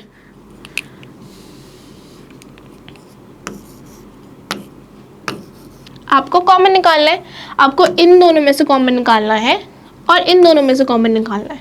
ठीक है, तो इन दोनों में से कॉमन क्या निकलेगा आपके पास, x है ना। इन दोनों में से तो आपके पास सिर्फ x कॉमन निकलेगा ना, और तो कुछ कॉमन है नहीं। तो x कॉमन निकल गया तो यहाँ के अंदर क्या रह जाएगा, x - 4। ठीक, आगे देखो, प्लस, ये वाला प्लस मैंने यहाँ लगा दिया। अब इन दोनों में से जो कॉमन निकलेगा वो निकालना हमें। तो कॉमन क्या निकलेगा, 2 कॉमन निकलेगा ना।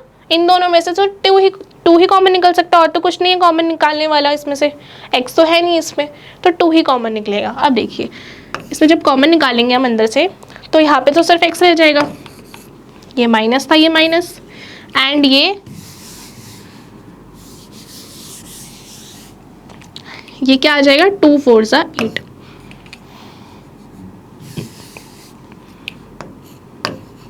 ठीक है, इतना क्लियर है।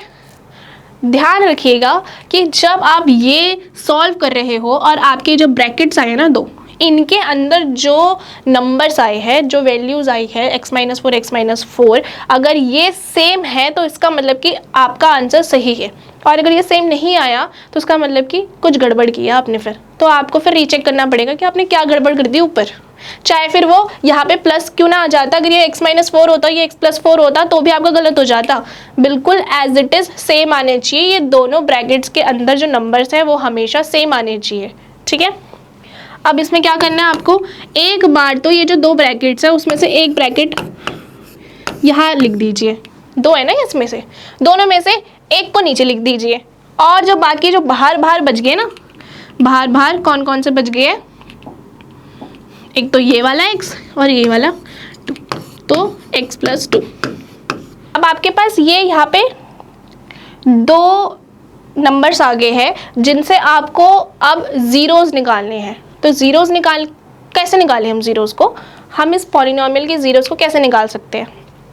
तो हम इन पॉलिनॉमियल के ज़ीरोज़ को कुछ इस तरह से निकालेंगे। हम पहले इसको x - 4 को 0 के इक्वल रखेंगे, ठीक है, और एक बार इसको x + 2 को 0 के इक्वल रखेंगे। इतना क्लियर है। मैंने किया x माइनस 4 को एक बार 0 के इक्वल पुट कर दिया और वही x प्लस 2 को एक बार 0 के इक्वल पुट कर दिया। ठीक है, अब मैं क्या करूँगी, x की वैल्यू निकालूंगी। हमें तो जीरोस चाहिए ना, तो जीरोस निकालने के लिए we need to find out the value of x। तो x की वैल्यू यहाँ पर क्या आ जाएगी 4, यहाँ पे x की वैल्यू क्या आ जाएगी आपके पास 4, और यहाँ पे x की वैल्यू क्या आ जाएगी -2, है ना। और ये आपके आ गए 2 जीरोस। लो भाई, आपके 2 जीरोस हाजिर है, तो आपके 2 जीरोस आ गए। तो ठीक है, अब आपके पास 2 जीरोस आ गए, तो आप ये कह सकते हो ना कि हमारा जो अल्फ़ा है वो 4 है और जो बीटा है वो -2 है ना। अभी जब हमने पहले पढ़ा था, इससे पहले जो हमने चीज़ें करी थी साथ में, तो उसमें मैंने आपको ये बताया था ना कि हमने लेट कर लिया है कि अल्फ़ा और बीटा जो है वो 2 जीरोस है क्वाड्रेटिक पॉलिनॉमियल के। तो अभी तो हमारे पास 2 जीरोस अवेलेबल है ना। तो मुझे पता है कि अल्फ़ा की वैल्यू 4 होगी और बीटा की वैल्यू -2। तो चलिए अब जल्दी से इनके रिलेशनशिप चेक कर लेते हैं। तो देखिए, अल्फ़ा प्लस बीटा है ना, सम ऑफ जीरोस क्या होता है, अल्फ़ा प्लस बीटा ना। सबसे पहला रिलेशनशिप क्या था, सम वाला, तो हम सम वाला कर रहे हैं। सम ऑफ जीरोस क्या है, अल्फ़ा प्लस बीटा। इसमें लिख देती हूँ sum of zeros. Okay, sum of zeros में क्या है आपके पास, अल्फ़ा प्लस बीटा, और अल्फ़ा प्लस बीटा किसके इक्वल है, -b/a के इक्वल है ना। देखिए, अब इसको हम वेरीफाई करना है कि ये इसके इक्वल आ रहा है या नहीं आ रहा। We need to verify this. चलिए अब देखिए, अल्फ़ा क्या है हमारे पास, अल्फ़ा है हमारे पास 4 है ना, और बीटा है हमारे पास -2। तो मैं यहाँ पे प्लस माइनस का डायरेक्ट -2 लगा देती हूँ। क्लियर है ना, कोई डाउट तो नहीं है। अब देखिए, यहाँ पे माइनस है तो माइनस तो लगा ही रहेगा। ठीक है, अब देखिए b जो है वो क्या है हमारी इस इक्वेशन में, b क्या है, b है हमारे पास -2। ध्यान रखिएगा, b जो है वो -2 है। Please please be very careful. जब आप इसको पुट करते हो, वैल्यूज़ को पुट करते हो, तो आप बहुत केयरफुल रहना कि आपकी वैल्यूज़ जो है वो सही पुट हो रही है। ठीक है, नहीं तो आपका क्वेश्चन पूरा गलत हो जाएगा, वेरीफाई नहीं होगा। अगर आप -2 की जगह 2 लगा देते हो तो आप वेरीफाई नहीं कर पाओगे ठीक से। ठीक है, देन आपका जो टाइम है वो पूरा वेस्ट हो जाएगा इस क्वेश्चन में। ठीक है, अब देखिए, तो आपके पास -2 जो है वो b आ गया, तो अब आप यहाँ पे -2 लगा देंगे। और a क्या है आपके पास, coefficient of x square. Coefficient of x square कुछ है ही नहीं, तो उसका मतलब कि 1 है कोफिशिएंट, तो 1 हो गया आपका कोफिशिएंट। अब देखिए 4 - 2 को आप जब 4 में से जब आप -2 को माइनस करेंगे तो आपके पास 2 आ जाएगा। ठीक है, और इसमें भी देखिए माइनस माइनस प्लस है ना, माइनस माइनस प्लस हो गया तो 2 रह गया, हो गया वेरीफाई। तो भाई ये वेरीफाई हो गया। Done with this question. चलिए अब नेक्स्ट क्वेश्चन पे चलते हैं। चलिए अब हमने सम कर लिया, सम ऑफ जीरोस कर लिए, अब हमें प्रोडक्ट ऑफ जीरोस भी करने हैं ऐसी गई। तो प्रोडक्ट ऑफ जीरोस भी कर लेते हैं फर्स्ट क्वेश्चन का। Product of zeros, product of zeros क्या करा था हमने, अल्फ़ा इंटू बीटा। ठीक है, तो आपको ये फॉर्मूला याद करना है इस क्वेश्चन को करने के लिए, बहुत इजी है। इसको आप directly as a quadratic polynomial लिख सकते हैं, that's mean x square minus alpha plus beta into X plus alpha into beta. ठीक है, अब इसी के थ्रू हम क्वेश्चंस करेंगे। सबसे पहला क्वेश्चन ले लेते हैं। सबसे पहला क्वेश्चन मैंने ले ही रखा है ऑलरेडी। अल्फ़ा हमारे पास 1/4 है, बीटा हमारे पास -1 है। तो हमें क्वाड्रेटिक इक्वेशन ही तो बनानी है, क्वाड्रेटिक पॉलिनोमियल बनाना है। तो बनाते हैं क्वाड्रेटिक पॉलिनोमियल। एक्स स्क्वायर तो एक्स स्क्वायर रहेगा, माइनस अल्फ़ा प्लस बीटा क्या है हमारे पास 1/4, और इंटू में एक्स प्लस में अल्फ़ा इंटू बीटा -1 है ना। चलिए अब देखिए यहाँ पे 1/4 में है ना, मतलब कि अगर ये फ्रैक्शन की फॉर्म में होगा तो हमें करना क्या होता है, हमें एक प्रॉपर विदाउट फ्रैक्शन, मतलब कि हमें एक प्रॉपर क्वाड्रेटिक फॉर्म में, क्वाड्रेटिक पॉलिनोमियल की जो फॉर्म होती है स्टैंडर्ड फॉर्म, उसमें हमें ये क्वाड्रेटिक पॉलिनोमियल बनाना है। तो कैसे बना सकते हैं हम ये जो नीचे नंबर होता है ना, अगर कोई भी फ्रैक्शन में नंबर आ जाए तो हमें क्या करना होता है, हमें इस नंबर से सारे ऊपर के जो न्यूमरेटर्स हैं उनको मल्टीप्लाई कर देना है। मतलब कि इस 4 से इसको भी इंटू करना है, इस 4 से ऊपर भी इंटू करना है, इस 4 से इसको भी इंटू करना है, ठीक है। तो अब देखिए क्या होगा, जब मैं 4 को इससे इंटू करूँगी तो ये तो 4x² बन जाएगा, और जब मैं 4 को इससे इंटू कर दूँगी तो 4 और 4 तो कट जाएगा, है ना। तो क्या रह जाएगा, सिर्फ x रह जाएगा यहाँ पे। और जब मैं 4 को इससे इंटू करूँगी तो -4 हो जाएगा, है ना। तो हमें यही करना है, हमें सीधा लिख देना है x², 4x², क्योंकि मैंने 4 को ऊपर मल्टीप्लाई कर दिया, हर न्यूमरेटर से 4 को मल्टीप्लाई कर दिया, तो मेरे पास आ गया 4x² -x -4, ठीक है। तो ये हमारी क्वाड्रेटिक इक्वेशन बन गई। ईजी है ना, ठीक है। अब देखते हैं नेक्स्ट। चलिए अब हम नेक्स्ट क्वेश्चन की तरफ बढ़ते हैं। नेक्स्ट क्वेश्चन समझते हैं कि क्या है। नेक्स्ट क्वेश्चन हमारा, find a quadratic polynomial in which a given number as the sum of product as the sum and the product of its zeros respectively. तो हमें सम बता रखा है जीरोज का और प्रोडक्ट भी गिवन है। सो हमें फर्स्ट क्वेश्चन का मतलब कि जितने भी पार्ट्स हैं इसमें सबसे पहला वाला तो सम बता रखा है और दूसरा वाला क्या बता रखा है, प्रोडक्ट ऑफ जीरोस, क्योंकि रिस्पेक्टिवली हमें गिवन है ना।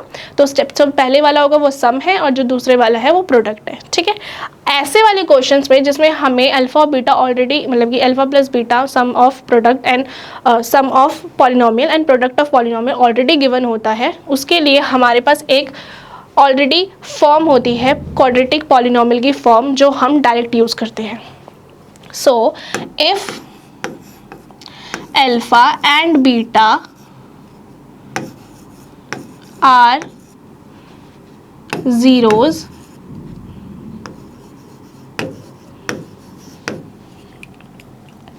of a polynomial,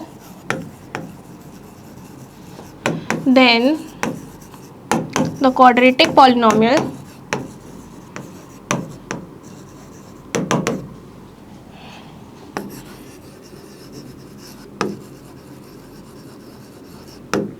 can be directly written as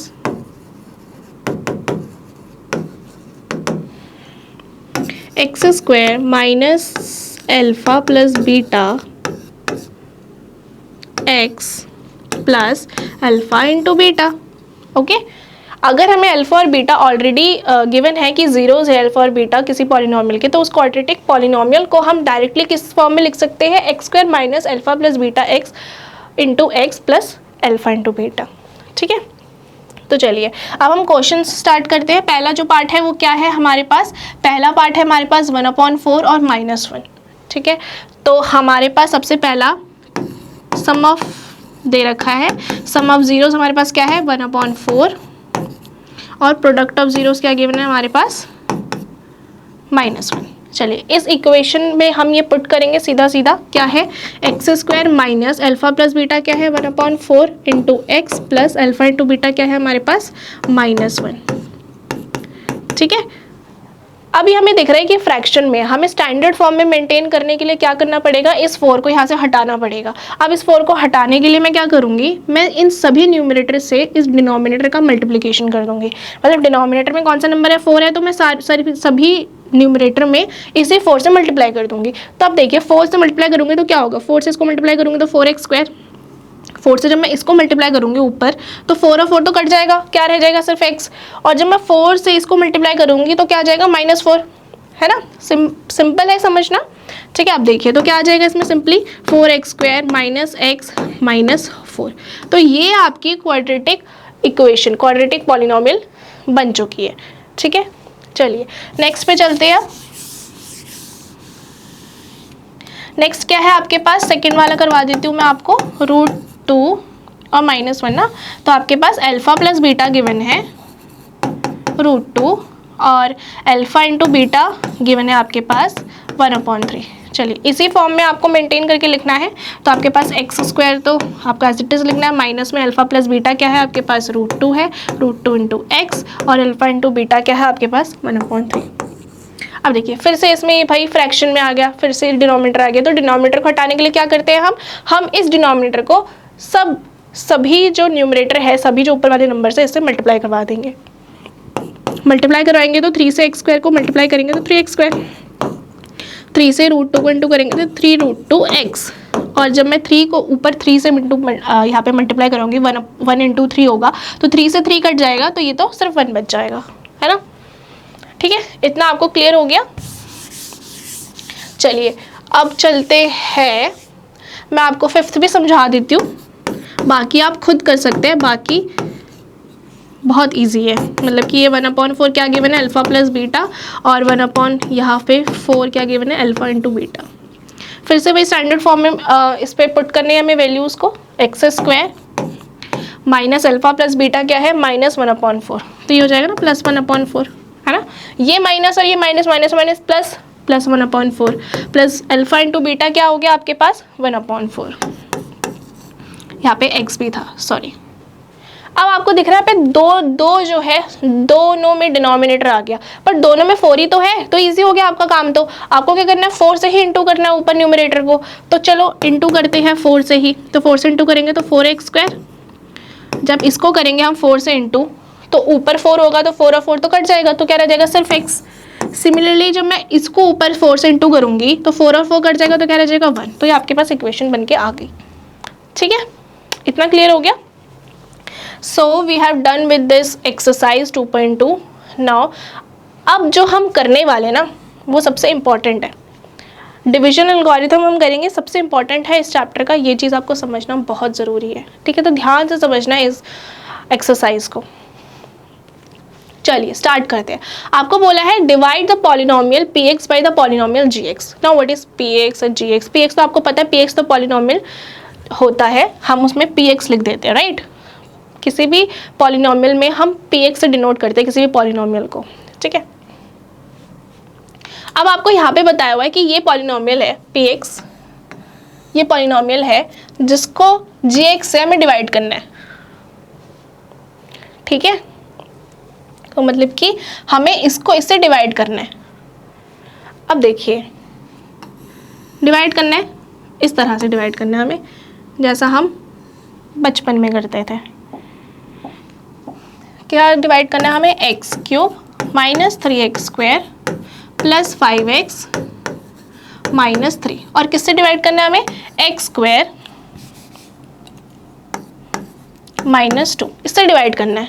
बड़ा मुश्किल लग रहा है ना दिखने में, बाप रे कितना बड़ा है ये, तो बहुत इजी है ये। जब आप बचपन में जैसे डिवाइड करते हैं ना उसी की तरह करना है आपको। ध्यान से कॉन्सेप्ट समझिए। अगर मैंने यहाँ पे 10 लिख दिया और मेरे को 3 से डिवाइड करना हो तो कैसे होगा, मैं क्या करूँगी, मैं सबसे पहले ये देखते हैं ना, हम सबसे पहले ये देखते हैं कि या तो ये नंबर पूरा पूरा इस नंबर से कट जाए, या तो इससे कोई छोटा नंबर जो इससे कटे, है ना। और छोटा नंबर क्या आएगा, 3 3 9। अब मेरे पास बच गया 1, है ना। हमने यही देखा, सबसे पहले तो हम ट्राई करते हैं कि ये नंबर ही पूरा पूरा कट जाए, है ना। बस यही चीज़ हमें इसमें करनी है। हमें सबसे पहले वाले नंबर देखने हैं, दोनों के ही पहले वाले नंबर देखने हैं। ध्यान से सुन लो, दोनों के ही पहले वाले नंबर देखने हैं, और हमें देखना है कि क्या कमी है इसमें, इसमें और इसमें क्या कमी है। ये x³ है तो ये x² है, तो इसमें कमी है ना, तो इसमें जो कमी है वो किस चीज़ की कमी है, एक x की कमी है। समझ आ रहा है? ध्यान से समझिए इस कॉन्सेप्ट को कि हमें देखना है कि इस वाले नंबर में, पहले वाले नंबर के इसके और इसके पहले वाले नंबर में क्या डिफरेंस है। तो हमें सबसे पहले डिफरेंस दिख रहा है, ये x³ है और ये x² है। अब देखने की कमी क्या है, तो मैंने देखा कि यहाँ पे x³ है और यहाँ पे x² है ना, तो इसका मतलब कि यहाँ पे एक x की कमी है। तो मैं क्या करूँगी, अब मैं इसको जो कमी है ना x² माइनस 2 को, मैं क्या कमी थी इसमें, एक x की कमी है ना, ये अगर मुझे ये वाला चाहिए तो इसको अगर मैं x से इंटू कर दूँ, कमी तो इसमें एक x की है ना ये बनाने के लिए, तो भाई मैं एक x से इंटू कर दूँ तो क्या हो जाएगा, मेरे पास ये तो आ जाएगा x³, तो मैं इसलिए x से इंटू करूँगी इसे।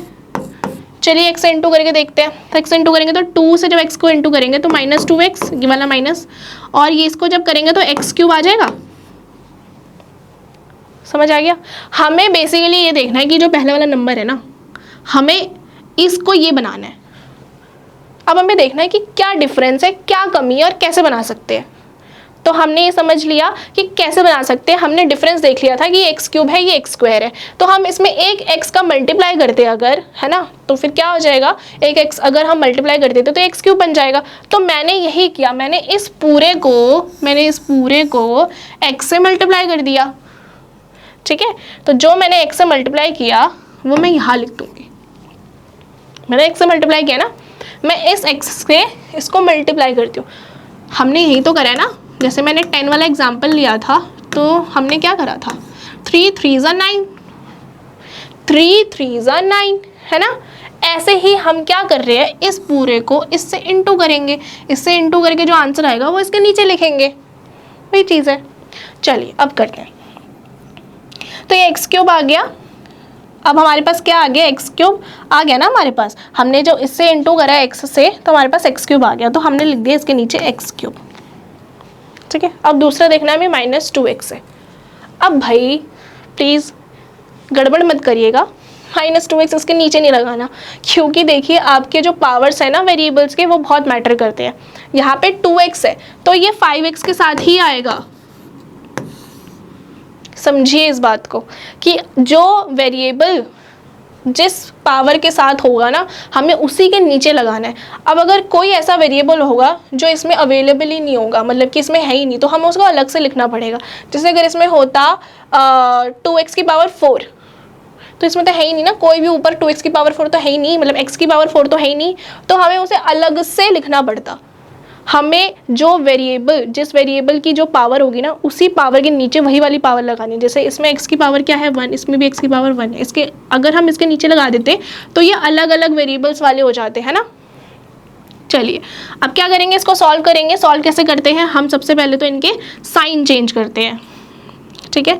तो इनके साइन चेंज करते हैं। सबसे पहले ये प्लस में था तो ये माइनस हो गया, प्लस में था तो ये माइनस में था तो ये प्लस हो गया। अब ये प्लस माइनस दोनों कट जाएंगे, क्या रह गया यहाँ पे -3x², यहाँ पे क्या रह जाएगा +7x -3, है ना, ये रह जाएगा। चलिए अब आगे देखते हैं। अब सेम वही चीज़ करनी है हमें, सेम वही चीज़ करनी है हमें x² -2, है, सेम वही चीज़ करनी है। इस नंबर को लेना है और इस नंबर को कंपेयर करना है, देखना है कि क्या कमी है, क्या डिफरेंस है इन दोनों में। तो मैंने देखा कि ये x² तो है, बस -3 की कमी है इसमें, तो मैं -3 से इसको इंटू कर देती हूँ, ठीक है। तो मैं इसको, अब मैं क्या करूँगी, मैं x² -2 को -3 से इंटू कर देती हूँ, है ना, कर देती हूँ। तो 3 2 से 6 हो गया, और माइनस माइनस प्लस तो 6 प्लस, और यह आ जाएगा -3x², ठीक है। इतना तो क्लियर हो गया। अब देखिए ये आ गया ना -3x², यही चाहिए था हमें। मेन तो यही है कि हमें पहले वाले नंबर को एज इट इज़ लाना है ताकि वो ख़त्म हो जाए। हम हमेशा ये ट्राई करते हैं ऐसे डिवीजन एल्गोरिथम में, ऐसे डिवीजन मेथड्स में, कि जो पहले वाला नंबर हो वो कट के ख़त्म हो जाए, ताकि हमारी जो डिवीजन है वो थोड़ी शॉर्ट हो जाए, ठीक है।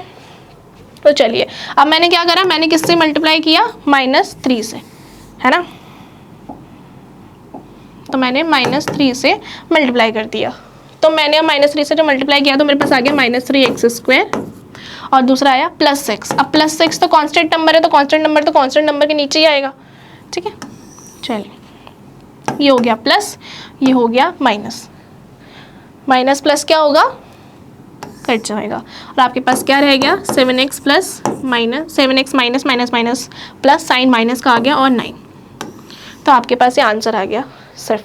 अब देखिए, अब ये 7x आया है और ये x² है, भाई ये तो छोटा आ गया ना। और जब भी रिमाइंडर छोटा आ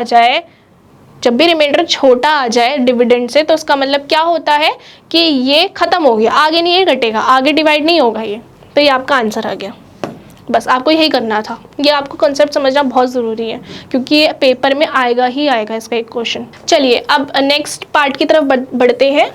सेकेंड पार्ट आपको क्या बताया हुआ है, px आपको गिवन है x की पावर 4 -3x की पावर 2 + 4x + 5, एंड हमें डिवाइड किससे करना है, x² + 1 - x, ठीक है। तो इससे पहले आपको ये समझना है कि जो हम px है ना, हम जो px और ये gx बोल रही है क्या, px इसमें है आपका डिविडेंड, जिसको हम डिवाइड कर रहे हैं, और gx है हमारा डिवाइज़र जिससे हम डिवाइड कर रहे हैं, है ना। gx जो है वो डिवाइज़र है, क्योंकि gx से हम इसको डिवाइड कर रहे हैं तो ये हमारा डिविडेंड हो गया। चलिए अब देखते हैं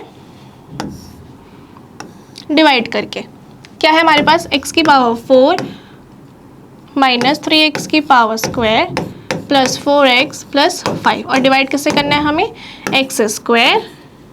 इसमें देखिए, इसमें जो ये स्टैंडर्ड फॉर्म में नहीं है, स्टैंडर्ड फॉर्म में नहीं है तो हमें क्या करना पड़ेगा, हमें पहले इसे स्टैंडर्ड फॉर्म में बनाना पड़ेगा, उसके बाद हम इसको यहाँ पे लिख सकते हैं, ठीक है। क्योंकि ये कांस्टेंट टर्म बीच में आ गया, कांस्टेंट टर्म बीच में नहीं आ सकता, तो कांस्टेंट टर्म को हमें वहाँ पे शिफ्ट करना पड़ेगा। तो हम यहाँ पे लिख सकते हैं ना x square minus x plus 1, अब ये बन गया स्टैंडर्ड फॉर्म में, ठीक है।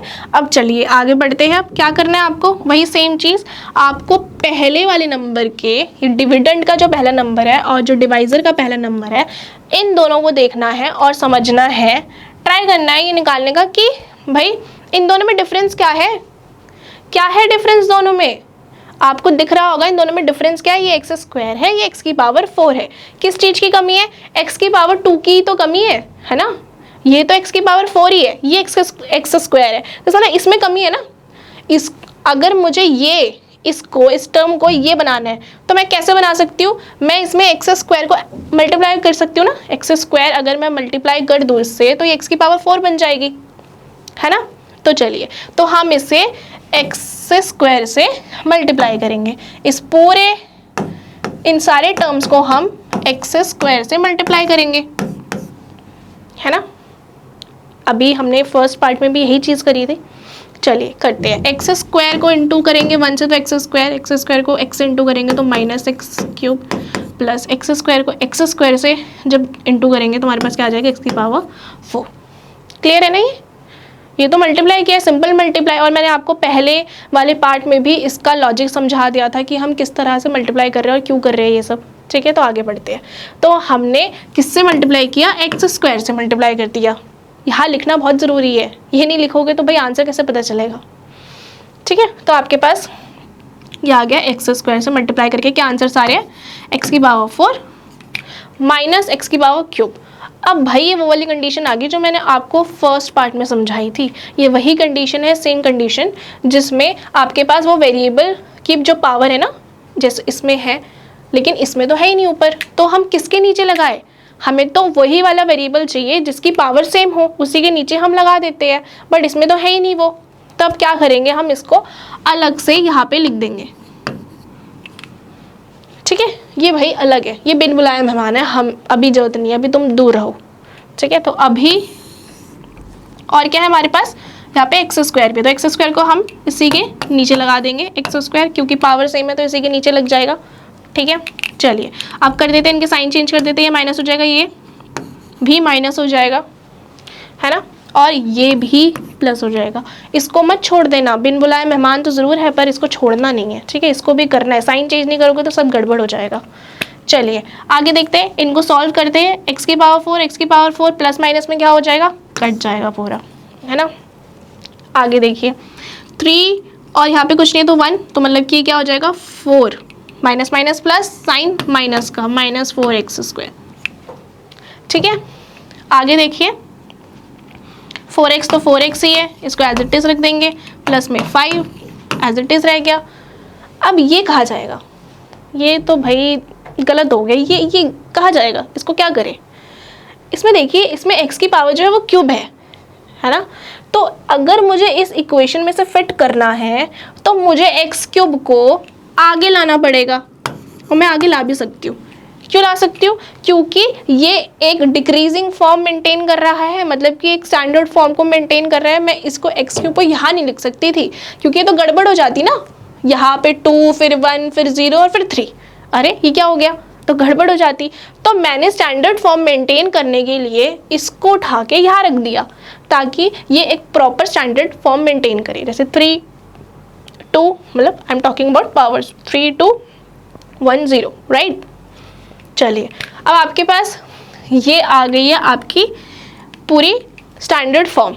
अब आगे बढ़ते हैं। सेम वही चीज़ हमें रिपीटेडली करना है, हमें सबसे पहला नंबर लेना है और देखना है इस वाले नंबर से कंपेयर करना है कि भाई क्या कमी है इनमें, कमी क्या दिख रही है, ये एक्स क्यूब है, ये एक्स स्क्वायर है, तो एक एक्स की ही तो कमी है। अगर मैं एक एक्स से इसको इंटू कर दूँ तो ये एक्स क्यूब बन जाएगा। हमें करना क्या होता है, हमें करना होता है कि हमें ये जो पहला नंबर है ना उसको इक्वल बनाना है, मतलब कि सेम चाहिए हमें नंबर, इसके नीचे जो नंबर आना चाहिए दैट विल बी सेम आना चाहिए, इसलिए क्योंकि हमें उस डिवीजन को शॉर्ट करना है।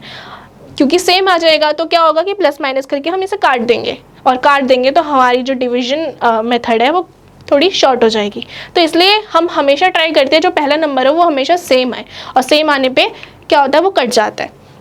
तो ठीक है, अब हम क्या करना है, हमें इसको x से इंटू करना है, ये तो करना है x से तो इंटू करना है। पहले हमने x स्क्वायर से इंटू करा था और अब हमें x से इंटू करना है। तो x से इंटू करेंगे तो x बन जा x plus x square minus x cube, है ना। ठीक है, कोई डाउट नहीं है इसमें। चलिए, मैंने किससे मल्टीप्लाई किया, प्लस एक्स से मल्टीप्लाई कर दिया। तो चलिए लिख देते हैं, जहाँ जो वेरिएबल्स की जो पावर लिखती है उसके नीचे वो लगा देना है सीधा सीधा। एक्स क्यूब दिख रहा है तो एक्स क्यूब के नीचे एक्स क्यूब आ गया, देन माइनस एक्स स्क्वायर, तो ये भी माइनस एक्स स्क्वायर के नीचे आ गया। ठीक है, देन प्लस एक्स है तो प्लस एक्स के नीचे आ गया। क्या करना है, साइन चेंज करने हैं, साइन चेंज कर दो, माइनस प्लस माइनस कट जाएगा ये तो डायरेक्टली। ये क्या आ जाएगा, 4 में से 1 गया 3, क्योंकि माइनस प्लस माइनस, साइन जिसका बड़ा होगा, जिस नंबर का बड़ा होगा दैट इज माइनस, तो माइनस 3x स्क्वायर। ऐसे ही ये भी 4 माइनस 1 3x प्लस 5। ठीक है, सेम चीज़ करनी है दोबारा से, ये वाला नंबर देखना है और कंपेयर करना है इस वाले नंबर से। ठीक है, कंपेयर करो। अभी देखो यहाँ पे आपको दिख रहा है कि एक्स स्क्वायर है, यहाँ पे भी दिख रहा है आपको एक्स स्क्वायर है, तो इसका मतलब कि ये अभी और आगे डिवाइड होगा। इसको ऐसे ही मत छोड़ देना, अरे भाई एक हो गया बस खत्म, ना ऐसा नहीं करना, आपको भी इसे करना है आगे। ठीक है, जब तक डिवाइजर से रिमाइंडर छोटा नहीं आ जाता आपको करते रहना है, जितनी भी बड़ी डिवीजन हो आपको करते रहना है, अनटिल और अनलेस आपका जो रिमाइंडर है वो इस डिवाइजर से छोटा आ जाए। ओके, तो चलिए अब देखते हैं इन दोनों में क्या डिफरेंस है। इन दोनों में तो मुझे सिर्फ -3 दिख रहा है, आपको दिख रहा है क्या, नहीं दिख रहा क्या, -3 तो है सिर्फ। एक्स स्क्वायर और एक्स स्क्वायर तो सेम ही है, सिर्फ किसकी कमी है, -3 की कमी है। तो -3 को हमें क्या करना है, मल्टीप्लाई कर देना है इससे। चलिए -3 को मल्टीप्लाई कर देते हैं। -3 को मल्टीप्लाई करेंगे तो क्या आएगा, -3x, -3x नहीं, -3 को मल्टीप्लाई करना है हमें सिर्फ, -3 आ गया, ये आ जाएगा plus 3x, minus minus plus हो गया इसलिए मैंने यहाँ पे माइनस लगाया है, और ये आ जाएगा -3x स्क्वायर। चलिए अब जल्दी से इसे अरेंज करके लगा देते हैं। -3x स्क्वायर तो इसी के नीचे आ जाएगा, उसके बाद क्या है +3x, उसके बाद क्या है -3, साइन चेंज कर देंगे, माइनस प्लस, ये तो कट जाएगा, प्लस माइनस ये भी कट जाएगा, आपके पास आ जाएगा 8, आपके पास आंसर आ गया। ठीक है, ये आपका आंसर हो गया कंप्लीट। चलिए ये तो समझ आ गया होगा अब आपको, अब तो बहुत इजी लग रहा होगा। कुछ नहीं है, थोड़ा लेंदी ज़रूर है, बस लॉजिकली अगर आप इसे समझ जाएंगे तो आपके लिए बहुत इजी है ये, क्योंकि सेम चीज़ रिपीटेडली हम इसे यूज़ कर रहे हैं, सेम ही चीज़ रिपीटेडली हो रही है, तो उसको आपको जस्ट प्रैक्टिस की ज़रूरत है। आप प्रैक्टिस करते रहेंगे तो बहुत जल्दी आपको ये समझ आ जाएगा और ईजी भी लगेगा आपको, आप तुरंत करने लगेंगे इसे। ठीक है, नेक्स्ट वाला भी आप कर सकते हैं खुद ही, इसमें भी जो है ये स्टैंडर्ड फॉर्म में नहीं है तो आप इसको ऐसे लिख लेंगे, है ना, x स्क्वायर -2 ऐसे लिख लेना, और ऐसे लिखने से आपको ईजी पड़ेगा। वैसे ठीक है ये डिक्रीजिंग फॉर्म में है, बट ट्राई करना कि हमेशा ये इंक्रीजिंग फॉर्म में है, आप इसे ट्राई करना कि हमेशा स्टैंडर्ड फॉर्म को डिक्रीजिंग फॉर्म में ही रखें। तो इसका मतलब कि x स्क्वायर -2 सही रहेगा, इससे आप जल्दी कर सकते हैं। ठीक है, नेक्स्ट क्वेश्चन की तरफ बढ़ते हैं। अब ये तो हो गया आपका। चलिए अब स्टार्ट करते हैं सेकंड क्वेश्चन से। Check whether the first polynomial is a factor of the second polynomial by dividing the second polynomial by the first polynomial. So हमें इस पॉलिनोमियल को डिवाइड करना है इस पॉलिनोमियल से, and we need to check whether it is a factor of this polynomial और not. मतलब कि फैक्टर है या नहीं। फैक्टर होने का मतलब है कि क्या ये वाला पॉलिनोमियल इसको पूरा पूरा डिवाइड करता है, रिमाइंडर 0 आता है। अगर 0 आता है तो that's mean yes it is a factor of this polynomial, और नहीं आता तो इसका मतलब क्या है कि ये फैक्टर नहीं है। सिंपल। तो चलिए आगे बढ़ते हैं और इसको करते हैं, सेम है उसी की तरह करना है। Just we need to check out कि जो रिमाइंडर है हमारा वो 0 आ रहा है या नहीं आ रहा। ठीक है, तो करते हैं ऐसे 2t4 plus 3t³ minus 2t²। Okay, काफ़ी बड़ा है ये वाला। 2t² minus 9t minus 12। ठीक है, इसे डिवाइड करना है हमें t² माइनस 3 से। t² माइनस 3 से डिवाइड करना है। सेम वही मेथड यूज़ करना है हमें। क्या मेथड यूज़ करना है? हमें सबसे पहले वाले नंबर्स को चेक करना है कि क्या कमी है इनमें। कमी देखते हैं। इसमें दिख रहा है मुझे एक तो 2 नहीं है, एक तो 2 की कमी है, और दूसरी किस चीज़ की कमी है? यहाँ पे t की पावर 4 है और यहाँ पे t की पावर 2 है, तो मतलब कि 2 तो है ही और साथ में t² की भी कमी है ना।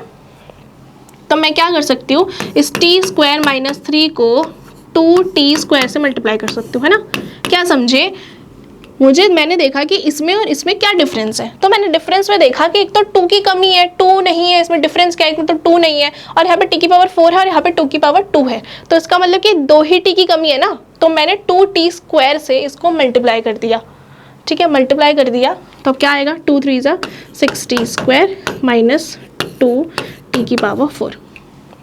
ठीक है, इसको अब हम अरेंज कर देते हैं। 2t की पावर 4 इसको इसी के नीचे लगा देंगे और दूसरा क्या है, माइनस 6t²। माइनस 6t² मतलब कि 6t² के नीचे ही लग जाएगा। चलिए अब इसको हम साइन, इनके साइन चेंज कर देते हैं, माइनस ये प्लस ये पूरा कट जाएगा हमारा। इसमें क्या आ जाएगा, 3t³ और ये आ जाएगा आपका plus 4t² minus 9t minus 12। Again वही सेम चीज़ करनी है आपको। 3t³ है और ये t² है। क्या क्या कमी दिख रही है आपको? एक तो 3 की कमी है, 3 तो आएगा ही, 3 से तो मल्टीप्लाई करना ही है, और एक t की कमी है। यहाँ पे 3t है, यहाँ पे 1t है, तो इसके लिए 1t की कमी है बस, तो 1t से मल्टीप्लाई कर देंगे तो आ जाएगा 3 3 से 9t माइनस 3t³। चलो अरेंज कर देते हैं। 3t³ इसके नीचे माइनस 9t इसके नीचे। चलिए तो ये माइनस ये प्लस, ये पूरा क्या, ये पूरा कट गया। अब क्या बच गया, सिर्फ 4t² माइनस 12, है ना, ये बच गया। क्या कमी है, सिर्फ 4 की कमी है। t² तो है ही, सिर्फ 4 की कमी है, तो मल्टीप्लाई कर देते हैं 4 से। 4 3 ज़ा 12 माइनस 4t²। अरेंज कर देते हैं। 4t² के नीचे माइनस 12 के नीचे, ये माइनस ये प्लस, ये पूरा आ गया आपका रिमाइंडर। तो इसका मतलब क्या है कि ये इसका फैक्टर है ना। This is the factor of this polynomial and we verified this. ठीक है, अब तो आप कर लोगे ना ये, अब तो इजी है, अब तो कुछ नहीं रह गया इसमें, सब बहुत इजी है। सेम चीज़ है, अब आपको देखना है कि इसको डिवाइड करके देखना है इससे, इसको डिवाइड करना है, सॉरी, इसको डिवाइड करना है इससे, और देखना है कि क्या जो नीचे रिमाइंडर आ रहा है वो 0 आ रहा है नहीं आ रहा। अगर 0 आया तो उसका मतलब कि ये फैक्टर है, और 0 नहीं आया तो फैक्टर नहीं है। सिंपल। ठीक है, आगे बढ़ते हैं। अब इस क्वेश्चन को ध्यान से समझना है, क्योंकि ये क्वेश्चन लेंदी तो है ही, साथ में पेपर में ज़रूर आता है, मतलब ये पेपर तो रहता ही रहता है आपके पेपर में, हमेशा आपके क्वेश्चन पेपर में रहेगा ही। ठीक है, now we need to obtain all other zeros of 3x की पावर 4 plus 6x की पावर 3 minus 2x की power 2 minus 10x minus 5 if two of its zeros are this and this। ये आपको जो पॉलिनोमियल दिख रहा है ना, ये आपको पॉलिनोमियल दिख रहा होगा कि इसकी जो हाईएस्ट डिग्री है वो 4 है। अगर हाईएस्ट डिग्री 4 है तो हाईएस्ट नंबर ऑफ जीरोस कितने आ सकते हैं, 4। ये तो हम कर चुके हैं, तो इसका मतलब कि इसमें 4 जीरोस आ सकते हैं। इस पूरे पॉलिनोमियल के 4 जीरोस आ सकते हैं, पॉसिबिलिटीज़ है 4 जीरोस आने की, जिसमें से हमें 2 जीरोस गिवन है, ये और ये। We need to find out the other zeros, other 2 zeros. ठीक है, तो चलिए देखते हैं। हमें 2 जीरोस गिवन है ना, 2 जीरोस कौन कौन से हैं, रूट में 5/3 एंड रूट में माइनस रूट में 5/3। ठीक है, एक तो प्लस में है और एक माइनस में है। अब ये रूट ये आए कैसे होंगे, थोड़ा दिमाग लगाओ, कैसे आए होंगे ये? इसका मतलब इससे पहले जो स्टेप होगा वो कुछ इस तरह से होगा ना, x माइनस 5/3 और x प्लस रूट 5/3। थोड़ा दिमाग लगाओ, क्योंकि इससे पहले ये स्टेप होगा ना, क्योंकि जब हमने ये कर देते हैं ब्रैकेट्स में आ जाते हैं तो हम क्या करते हैं, इसके इक्वल 0 रखते हैं, है ना, इसके इक्वल 0 में इसके इक्वल 0 रखते हैं और क्या करते हैं, सॉल्व करते हैं। तो सॉल्व करेंगे तो इसके इक्वल जब 0 रखेंगे तो रूट वहाँ जाके इज इक्वल टू के उस तरफ जाके क्या हो जाएगा, रूट 5/3 तो रह जाएगा। और सिमिलरली इसमें भी ऐसे ही होगा, इसमें भी तो ये यहाँ जाके माइनस रूट 5/3 आया होगा, है ना, तभी तो ऐसा बना होगा ना जीरोज़। इससे हमें क्या फ़ायदा हुआ, हमने ये क्यों किया, क्योंकि इससे हमारे पास एक फॉर्मूला बन गया a minus B A plus B, है ना, a माइनस बी और a प्लस बी। क्या था फॉर्मूला, इससे पहले भी हम डिस्कस कर चुके हैं इसी चैप्टर में, a square minus B square. ठीक है, a square minus B square. तो अब हम क्या कर सकते हैं, ये हमारे पास a है, ये हमारे पास b है, ये हमारे पास a है, हमारे पास b, सेम है ना, a minus B A plus B. तो हम क्या लिख सकते हैं, ए स्क्वायर मतलब कि X square minus B square मतलब माइनस का होल स्क्वायर, है ना। अभी इससे पहले हमने डिस्कस किया था कि स्क्वायर से रूट कट जाता है, तो कट गया, तो क्या आ गया आपके पास, एक्स स्क्वायर माइनस 5/3 कुछ इस तरह से आ गया आपके पास। ये स्क्वायर से ये रूट पूरा पूरा कट गया, तो इसका मतलब कि 5/3 आ गया आपके पास। अब मुझे ना इक्वेशन बनानी है, पॉलिनोमियल बनाना है, तो कैसे बनाऊंगी मुझे इसको हटाना है, मुझे नहीं चाहिए, ये डिनोमिनेटर में 3 नहीं चाहिए, मुझे अच्छा नहीं लग रहा है देखने में, मुझे ये हटाना है। तो कैसे हटाएंगे हम इसे, हम कर चुके हैं इससे पहले भी वाले। तो हम क्या करते हैं, हम न्यूमरेटर में सेम डिनोमिनेटर में जो होता है ना उसी नंबर से मल्टीप्लाई कर देते हैं। तो मल्टीप्लाई कर देंगे, तो मल्टीप्लाई कर दिया, ऊपर मल्टीप्लाई कर देते हैं सेम डिनोमिनेटर से, तो हमने वही किया। डिनोमिनेटर में 3 था, 3 से इंटू कर दिया एक्स स्क्वायर को, और इसमें भी जब हम 3 से इंटू करेंगे तो क्या हो गया, 3 और 3 तो कट जाएगा, बस 5 रह जाएगा। तो ये हमारे पास अब पॉलिनोमियल आ गया। ठीक है, अब हमें करना क्या है, अब हमें इस पॉलिनोमियल से इस पॉलिनोमियल को डिवाइड करना है, ताकि हम आगे की फर्दर जो हमें 2 ज़ीरोस चाहिए वो ला सके। तो चलिए, किस बात का इंतज़ार है, जल्दी से कर लेते हैं इसे। 3x की power 4 plus 6x cube minus 2x square minus 10x minus 5। किससे करना है हमें, इससे करना है 3x स्क्वायर माइनस 5, इससे करना है ना, अभी हमने निकाला, इससे हमें इसे डिवाइड करना है। ठीक है, तो चलिए डिवाइड करते हैं, शुरू करते हैं। सेम चीज़ है, बार बार बोल रही हूँ। पहला नंबर लेना है, देखना है कि क्या डिफरेंस है। डिफरेंस देखा मैंने, 3 तो है ही, चलो 3 तो अच्छी बात है। इसमें x की पावर 4 है, इसमें x की पावर 2 है, तो डिफरेंस क्या रह गया, सिर्फ इसमें x की पावर 2 की तो कमी है सिर्फ, है ना, इसमें x की पावर 2 की कमी है। तो मैं इसको x की पावर 2 से इंटू कर दूंगी, इसको 3x स्क्वायर माइनस 5 को x स्क्वायर से इंटू कर दूंगी, तो मेरे पास आ जाएगा, ये आ जाएगा माइनस 5x स्क्वायर और ये आ जाएगा 3x की पावर 4। चलिए इसे अरेंज कर देते हैं। 3x की पावर 4 और मैंने किससे इंटू करा, एक्स स्क्वायर से इंटू करा। 3x की पावर 4 माइनस 5x स्क्वायर, है ना, मैंने अरेंज भी कर दिया। यहाँ पे ये माइनस आ जाएगा, ये प्लस आ जाएगा, ये कट जाएगा पूरा। 6x क्यूब तो यही रह जाएगा, ये आ जाएगा आपके पास plus 3x square minus 10x minus 5। ठीक है, अब आगे देखते हैं, सेम वही करना है, इसको और इसको देखिए क्या डिफरेंस है दोनों में। यहाँ पे 6 है, यहाँ पे 3 है ना, सबसे पहले तो डिफरेंस यही है। तो मैं अगर इसमें 2 से इंटू कर दूँ उसको, है ना, 2 से 3 को इंटू कर दूँ तो 6 आ जाएगा ना, है ना, तो ये तो निकल गया भाई, इसका तो काम हो गया। चलो यहाँ पे 6 था, यहाँ पे 3 था, तो मैंने इसको तो कर दिया ठीक, सेटल डाउन कर दिया कि इसको अगर मैं 2 से इंटू कर दूँगी तो ये हो जाएगा 6।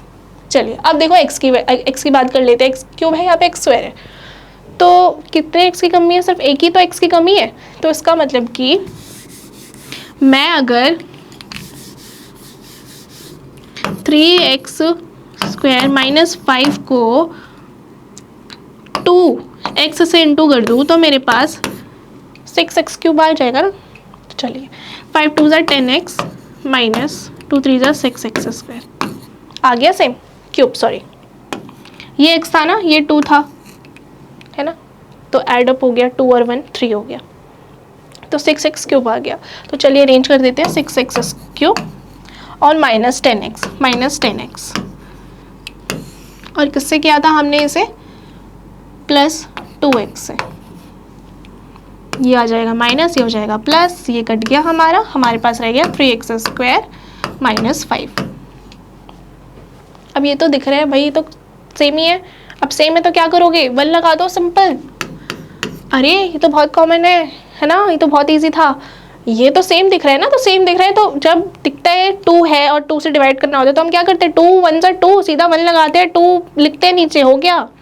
इसमें भी सेम वही है, सेम दिख रहा है, 1 लगाया, सेम लिख दो सीधा सीधा नीचे, 3x² माइनस 5, साइन चेंज करो, सब कट गया, यहाँ गया 0। तो इसका मतलब कि हमने सही किया, ये तो पूरा डिविजिबल है इससे, है ना, पर अभी भी हमारे पास जीरोस नहीं निकले, ये क्या गड़बड़ हो गई। तो ठीक है, अब देखिए ध्यान से देखिए इसको। अब हमारे पास जो ये आया ना, हमारा जो QX आया है, दिस इज आवर QX ना, क्वेश्चन आया ना ये हमारे पास, हमारा QX है। अब हमें इसका फैक्टर, इसके जो हमें मिडिल टर्म स्प्लिट करने हैं और इसी से हमें मिलेंगे हमारे जीरोस। चलिए करते हैं। तो क्या है, मैंने यहाँ पे लिख लेती हूँ उसे, x² प्लस 2x प्लस 1। इसका करना है मैं मिडिल टर्म स्प्लिट। कैसे करना है, कर चुके हैं हम तो। 1 इंटू 1, बाहर वाले नंबर्स को मल्टीप्लाई करते हैं, 1 इंटू 1 क्या हो गया, 1 ही हो गया। अब 1 के फैक्टर्स क्या हो सकते हैं, 1 और 1 ही तो होंगे, 2 फैक्टर्स 1 के 1 और 1 ही तो होंगे, और तो कुछ नहीं होगा। तो साफ दिख रहा है कि हमें मिडल वाला टर्म लाना है, 2 है तो हम 1 प्लस 1 कर देते, दैट विल बिकम 2, सिंपल। तो हम क्या लिख सकते हैं, 1 plus x plus x plus 1। क्या कुछ गलत हो गया, नहीं ना। देखिए मैंने 2x को स्प्लिट करके x प्लस x लिख दिया, क्योंकि 1 प्लस 1 तो 2 ही होता है, और 1x तो लिखेंगे नहीं हम, 1x प्लस 1x, नहीं ऐसा तो नहीं लिखेंगे ना, लिख दिया हमने x प्लस x। अब क्या करना है, इनके पेयर्स ले लेंगे, हमें पेयर्स लेंगे, मतलब कि कॉमन निकालेंगे। तो कॉमन निकालेंगे तो इसमें से x आ जाएगा, क्या रह जाएगा, x प्लस 1। इसमें तो कुछ भी नहीं है तो 1 ही ले लीजिए, इसमें तो कुछ नहीं है ना, कॉमन तो है ही नहीं इसमें कुछ भी, तो इसका मतलब कि ये तो 1 ही रह जाएगा और ये x प्लस 1 रह जाएगा। एक ब्रैकेट वाला लिख लो और एक जो बाहर रह गए वो वाला, ठीक है। तो आपके पास ये 2 आ गए हैं। अब इससे आप जीरोस इजीली निकाल सकते हो। x प्लस 1 को 0 के इक्वल पुट कर दो और एक और x प्लस 1 को 0 के इक्वल पुट कर दो, जिससे हमारे पास x की वैल्यू -1 आ जाएगी और इसमें भी x की वैल्यू -1 आ जाएगी। तो हमारे पास 2 जीरोस और निकल गए, तो हमारे पास 4 जीरोस टोटल हो गए। एक तो ये वाले 2 हमें ऑलरेडी गिवन थे और ये 2 ऑलरेडी अभी हमने निकाले सॉल्व करके, तो ये हमारे जीरोस हो गए कंप्लीट। फोर्थ क्वेश्चन क्या बोल रहा है, on dividing x³ minus 3x² plus x plus 2 by a polynomial gx the quotient and remainder were x minus 2 and minus 2x plus 4 respectively. ठीक है, तो सबसे पहले तो मैंने आपको ये बता दिया था कि px क्या होता है। px आपका होता है डिविडेंड, gx क्या होता है आपका डिवाइजर, qx क्या होता है, अब qx और rx क्या होता है, वैसे तो हम डिस्कस कर चुके हैं, qx अभी लास्ट वाले में हमने करा है। qx जो होता है वो क्वोशिएंट होता है हमारा, ठीक है, और rx जो होता है वो हमारा रिमाइंडर होता है। लाइक अगर मैं डिवाइड करूँ सिंपली, मैं इसको सिंपल भाषा में समझाऊँ आपको, तो मैं डिवाइड करती हूँ जब 5 को 2 से, तो हम क्या करेंगे, 2 2 ज़ा 4 -1, है ना। तो आपके पास जो ये है ये आपका है px मतलब आपका डिविडेंड, ठीक है, और जिससे डिवाइड कर रहे हैं मतलब 2 से डिवाइड कर रहे हैं, तो ये आपका हो गया gx आपका डिवाइज़र, और ये जो आंसर आया आपका ये आपका हो गया qx, और जो रिमाइंडर बचा उसे हम क्या कहेंगे rx। ठीक है, इतना क्लियर है, यही चीज़ है जो आपको इसमें मैंने समझाई है। डिविजन एल्गोरिथम के अकॉर्डिंग अब इसमें समझिए, आप इसमें क्या समझ सकते हैं हम, ये हमारे पास 5 कैसे आया, ये जो 5 है ये कैसे आया, मैंने इसको इससे इंटू किया और प्लस में रिमाइंडर किया, यही तो किया ना। देखो 2 2 ज़ा 4 और प्लस में 1 कर देंगे तो 5 आ जाएगा ना, 4 + 1 5, ये तो किया हमने। इस 2 को इससे इंटू किया और क्या कर दिया, प्लस में 1 कर दिया, तो आगे ना 5 = ऐसे समझिए 5 2 2 ज़ा 4 और 1 क्या हो गया आपका, मतलब कि 4 + 1 दैट विल बी 5, तो 5 और 5 सेटिस्फाई कर रहे हैं ना पूरा। तो इसको हम ऐसे लिख सकते हैं ना, Px = Gx × Qx + Rx, ठीक है। ये इस फॉर्म में हम लिख सकते हैं ना, सेम ही तो है। अब इसी के थ्रू हमें ये वाला क्वेश्चन सॉल्व करना है। हमें क्या क्या गिवन है, on dividing this by a polynomial, तो हमें एक px दे रखा है, हमें px गिवन है, तो जो जो गिवन है हम पहले वो लिख लेते हैं। हमारे पास px गिवन है ना, तो हमारे पास px क्या है, x³ - 3x² + x + 2, ठीक है। हमारे पास gx नहीं है, तो हमें gx निकालना है, we need to find out the gx कि किससे हम इसे डिवाइड करें।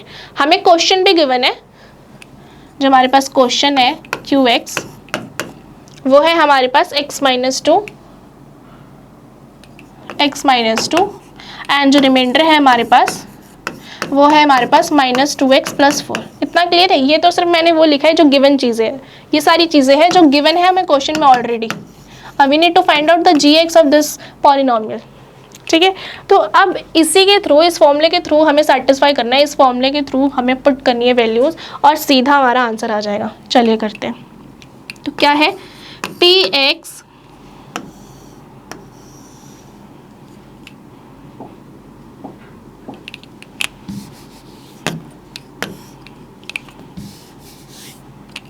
= Gx ×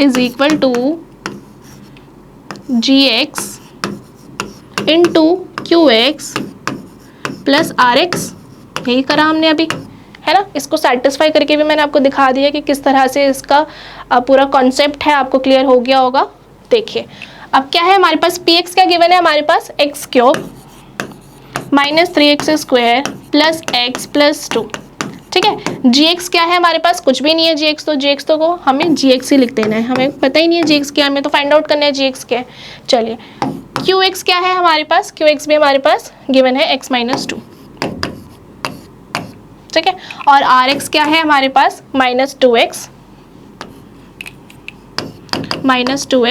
+ 4, ठीक है। अब करते हैं ऐसे सॉल्व।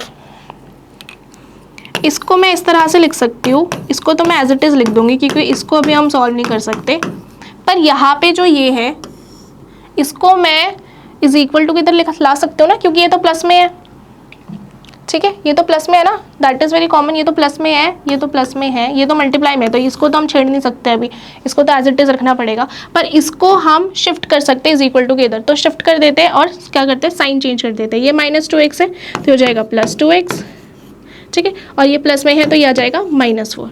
इतना क्लियर है। मैंने इसको यहाँ पे शिफ्ट कर दिया। अब देखिए इसको एज इट इज़ लिख दूंगी क्योंकि इससे तो हमने कोई छेड़खानी करी नहीं है अभी, ये तो एज इट इज़ आ गया। इसको तो यहाँ शिफ्ट कर दिया और वो एज इट इज़ आ गया।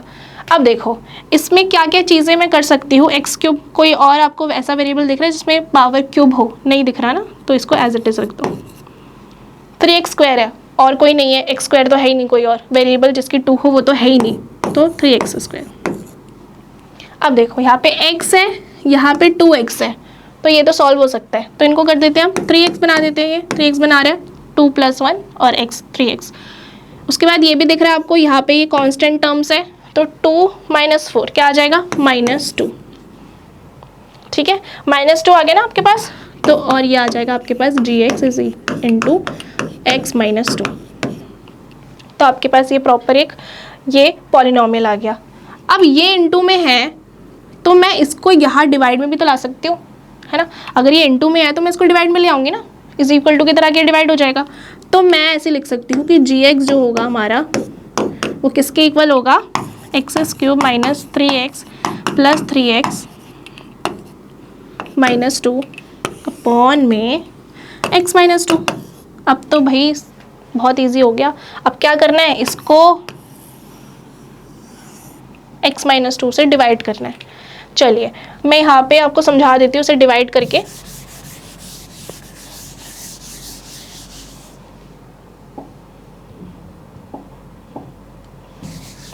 तो क्या डिवाइड करना है आपको, x cube minus 3x square plus 3x minus 2, x minus 2। ठीक है, इसी से डिवाइड करना है ना आपको, gx निकालना है। और gx निकालने के लिए क्या है, इस तरह की फॉर्म में है ना। अगर नॉर्मल फॉर्म में होता तो हम तो काटा पिट्टी करके खत्म हो जाता, पर ये तो इस तरह की फॉर्म में, पॉलिनॉमियल्स की फॉर्म में है, तो हम काटा पिट्टी तो नहीं कर सकते। तो इसलिए हमें ये डिविजन मेथड यूज़ करना पड़ेगा और वही सेम चीज़ से इसको निकालना पड़ेगा। ठीक है, तो हमें क्या करना है, सबसे पहला वही पहले नंबर को देखना है, सबसे पहले वाले नंबर्स को देखना है, चेकआउट करना है कि इनमें क्या डिफरेंस है। तो डिफरेंस क्या है, ये एक्स क्यूब है और ये x है सिर्फ। तो भाई ये x है और ये x क्यूब है, तो उसका मतलब कि 2x की कमी है। तो मैं 2x से मल्टीप्लाई कर देती हूँ। अब तो मैं डायरेक्ट कर सकते हैं, अब तो इतना समझ आ गया होगा। तो x स्क्वायर से हम मल्टीप्लाई कर देते हैं। तो x स्क्वायर से मल्टीप्लाई करेंगे तो x माइनस 2 है, तो पहले तो x से x स्क्वायर को मल्टीप्लाई करेंगे तो क्या आएगा, x क्यूब है ना, यहाँ पे 2, ये 1, 3 हो गया, x क्यूब आ गया। दूसरा है x स्क्वायर को जब हम माइनस 2 से इंटू करेंगे तो क्या आएगा, माइनस 2x स्क्वायर। और वो किसके नीचे आएगा, इसी के नीचे, माइनस 2x स्क्वायर। ये आपका माइनस, ये हो गया आपका प्लस, ये कट जाएगा आपका और यहाँ पर आ जाएगा आपका माइनस x स्क्वायर। ठीक है, क्यों, 3 में से 2 गया, बचा 1 और साइन माइनस का बड़ा था इसलिए माइनस लग गया। ठीक है, उसके बाद देखिए, उसके बाद ये सब रह गए तो इनको हम नीचे लिख देते हैं, माइनस x स्क्वायर। फिर से सेम चीज़ देखनी है कि क्या डिफरेंस है इन दोनों नंबर्स में। सबसे पहला डिफरेंस तो एक माइनस का है, तो सबसे पहले माइनस लगा देते हैं। इसमें प्लस है, इसमें माइनस है ना, तो एक तो माइनस का डिफरेंस दिख गया। दूसरा यहाँ पे x और यहाँ पे x की पावर 2 है, तो एक x की कमी है, तो हम यहाँ पे एक x ऐड कर देते हैं। चलिए x से इंटू करेंगे इन्हें, तो x से x को इंटू करेंगे तो x स्क्वायर और माइनस भी साथ में। x से 2 को इंटू करेंगे तो 2x और माइनस 2x साथ में, माइनस नहीं सॉरी प्लस, ये माइनस माइनस प्लस हो गया। ठीक है, साइन चेंज करेंगे, ये कट गया, ये आपके पास आ जाएगा x, 3 में से 2 गया x माइनस 2। वही सेम चीज़ दिख रही है, x माइनस 2, x माइनस 2। क्या करना है, सीधा +1 लगा देंगे, बिना कुछ सोचे समझे 1 लगा देना है। 1 से तो इंटू होकर सेम ही चीज़ आएगी ना, तो x माइनस 2 हो गया आपके पास। साइन चेंज करेंगे तो ये पूरा कट जाएगा आपके पास। तो आपके पास gx क्या आ गया, आपके पास gx ये आ गया, और यह gx is x square minus x plus 1। मतलब कि इस पॉलिनॉमियल से जब हमने इस पॉलिनॉमियल को डिवाइड किया होगा तो उसका रिमाइंडर तो ये आया होगा, उसका क्वोशिएंट ये आया होगा और रिमाइंडर क्या आएगा, ये। ठीक है, यही प्रूफ करना था इस क्वेश्चन में, बस और कुछ नहीं था। हमें gx को निकालना था और हमने gx को निकाल के दिखा दिया। चलिए अब नेक्स्ट क्वेश्चन पे चलते हैं और ये लास्ट क्वेश्चन है, बस इसके बाद ये चैप्टर ओवर होने वाला है। चलिए, give examples of polynomials px, gx, qx and rx। Now you know everything कि px क्या होता है, gx क्या होता है, qx क्या होता है, rx क्या होता है। Which satisfy the division algorithm and हमें बताया है कि ये px, gx, qx और rx है किसी एक पॉलिनोमियल के एग्जांपल्स लेने हैं हमें जिसमें डिविजन एल्गोरिथम को सेटिस्फाई भी करे जो। ठीक है, तो यहाँ पे ना ये बता रहे कि DEG है ना, ये क्या है, ये अब ये क्या है, ये तो नई चीज़ आ गई, कुछ नई चीज़ नहीं है, डिग्री है ये। तो क्या ये डिग्री ऑफ px और डिग्री ऑफ qx। हमें बताना है कि कुछ ऐसे एग्जांपल लेना है जिसमें डिग्री ऑफ px जो हो वो डिग्री ऑफ qx के इक्वल हो और फिर वो डिविजन एल्गोरिथम को भी सेटिस्फाई करे। ठीक है, ये बताना है हमें। तो हम क्या ले सकते हैं, सबसे इजी एग्जांपल्स लेते हैं हम इसके। अगर हम px को x की पावर क्यूब ले लें, है ना, और gx को 1 ले लें, ये क्या हो गया, वेट बहुत इजी है। देखिए, अगर मैंने px लेना, px क्या होता है, px डिविडेंड होता है, तो x क्यूब है ना, और gx क्या होता है, डिवाइज़र। यही है ना, सिंपल भाषा में लिख रही हूँ, कुछ बहुत रॉकेट साइंस नहीं है इसमें। तो अब क्या करेंगे, जब हम इसे डिवाइड करेंगे तो क्या होगा, एक्स क्यूब ही तो होगा, 1 से इसको किस उस पर करें तो 1 से एक्स क्यूब से इंटू कर देंगे तो एक्स क्यूब भी तो आ जाएगा, है ना। ये हो गया। अब देखिए क्या बोला हमें, degree of P x, degree of P x, ये पी एक्स है, पी एक्स की डिग्री 3 और क्यू एक्स की डिग्री, क्यू एक्स तो ये है ना, क्यू एक्स तो ये है हमारे पास, क्यू एक्स तो ये है, सॉरी क्यू एक्स, इसकी डिग्री आगे सेम 3 सेटिस्फाई कर रहा है ना ये इसको। तो अब यही चीज़ हम क्या करेंगे, हमें वेरीफाई करनी है, किसमें हमें वेरीफाई करनी है, ये डिवीजन एल्गोरिथम लगाकर।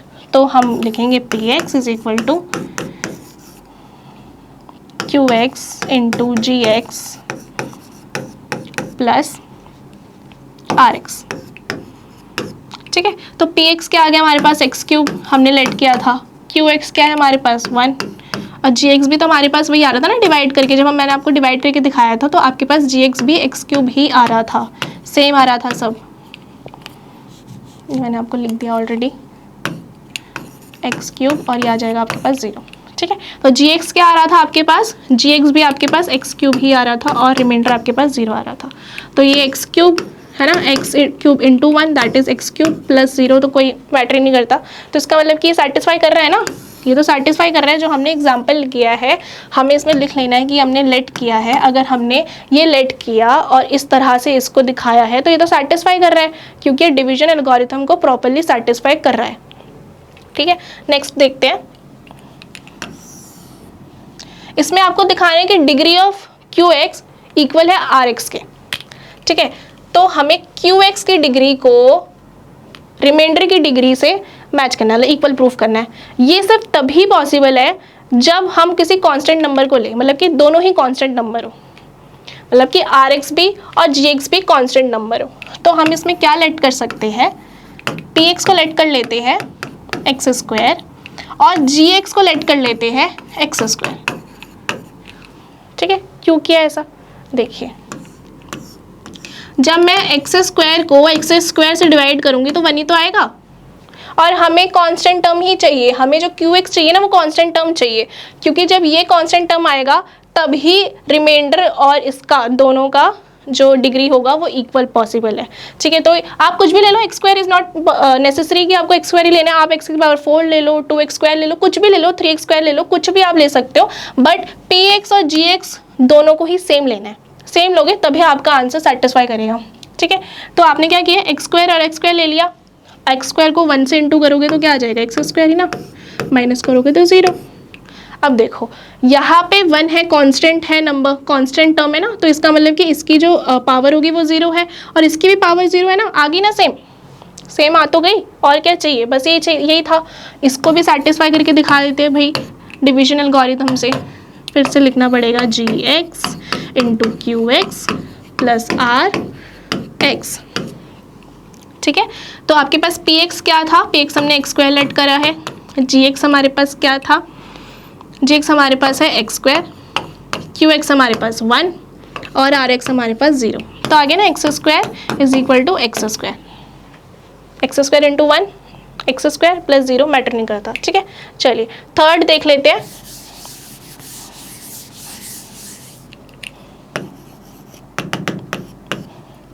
थर्ड में आपको बोला है कि जिसमें रिमाइंडर जो हो वो 0 है, ये तो कुछ भी ले लो आप, इसमें भी आप पी एक्स और जी एक्स जो है वो सेम ले सकते हो, क्योंकि इनको आप सेम ले लोगे तो आपके पास 0 ही आएगा। ठीक है, तो अब आपने जैसे सेम ले लिया, 3x स्क्वायर ही ले लो आप इसे, इसको डिवाइड करेंगे जब 3x स्क्वायर 1 3x स्क्वायर, तो ये आ जाएगा आपके पास 0। ठीक है, या तो आप इसे ऐसे भी ले सकते थे कि इसको 6x स्क्वायर ले सकते थे, तो ये 2 से भी पूरा कट जाता, बट आप जितना सिंपलेस्ट रखना चाहो उतना रखो, क्योंकि ये पेपर में नहीं आता ऐसा क्वेश्चन, बट आपको लॉजिकली ये क्वेश्चन पता होना चाहिए। ठीक है, तो आपके पास ये सेटिस्फाई कर दिया। अब हमें डिवीजन एल्गोरिथम लगा के दिखाना है, p x is equal to q g x into q x plus r x. ठीक है, पी एक्स क्या है आपके पास 3x स्क्वायर, जी एक्स क्या है आपके पास 3x स्क्वायर, क्यू एक्स है आपके पास 1 और रिमाइंडर आपके पास आ गया 0। तो कि 3x² इंटू में करोगे तो 3x² ही आएगा। RHS एंड LHS दोनों ही इक्वल प्रूफ हो गए, ठीक है। तो ये सारे क्वेश्चंस आपके कंप्लीट हो चुके हैं। सो यहाँ पे हमारी ये चैप्टर कंप्लीट हो गया है। यहाँ पे हमने काफ़ी कुछ पढ़ा, पॉलिनॉमियल्स के ऊपर इतनी सारी चीज़ें डिस्कस करी। आई होप कि आपको ये वीडियो बहुत अच्छी लगी होगी और आप इसको स्किप मत करिएगा। हर क्वेश्चंस को आपको समझना है और जो मैंने आपको होमवर्क दिए है, जो आप क्वेश्चंस मैंने छोड़े हैं, उसको भी आपको खुद से करके देखना है, क्योंकि वो सारे ही क्वेश्चन सब इम्पॉर्टेंट है, ठीक है। और सबसे ज़्यादा इंपॉर्टेंट और डिवीजन एल्गोरिथम था, इसको आपको समझना बहुत इंपॉर्टेंट है। ध्यान से करिएगा इस चैप्टर को, it's very important for you. Okay, तो हम नेक्स्ट सेशन में मिलते हैं नेक्स्ट चैप्टर के साथ, एंड दैट्स ऑल।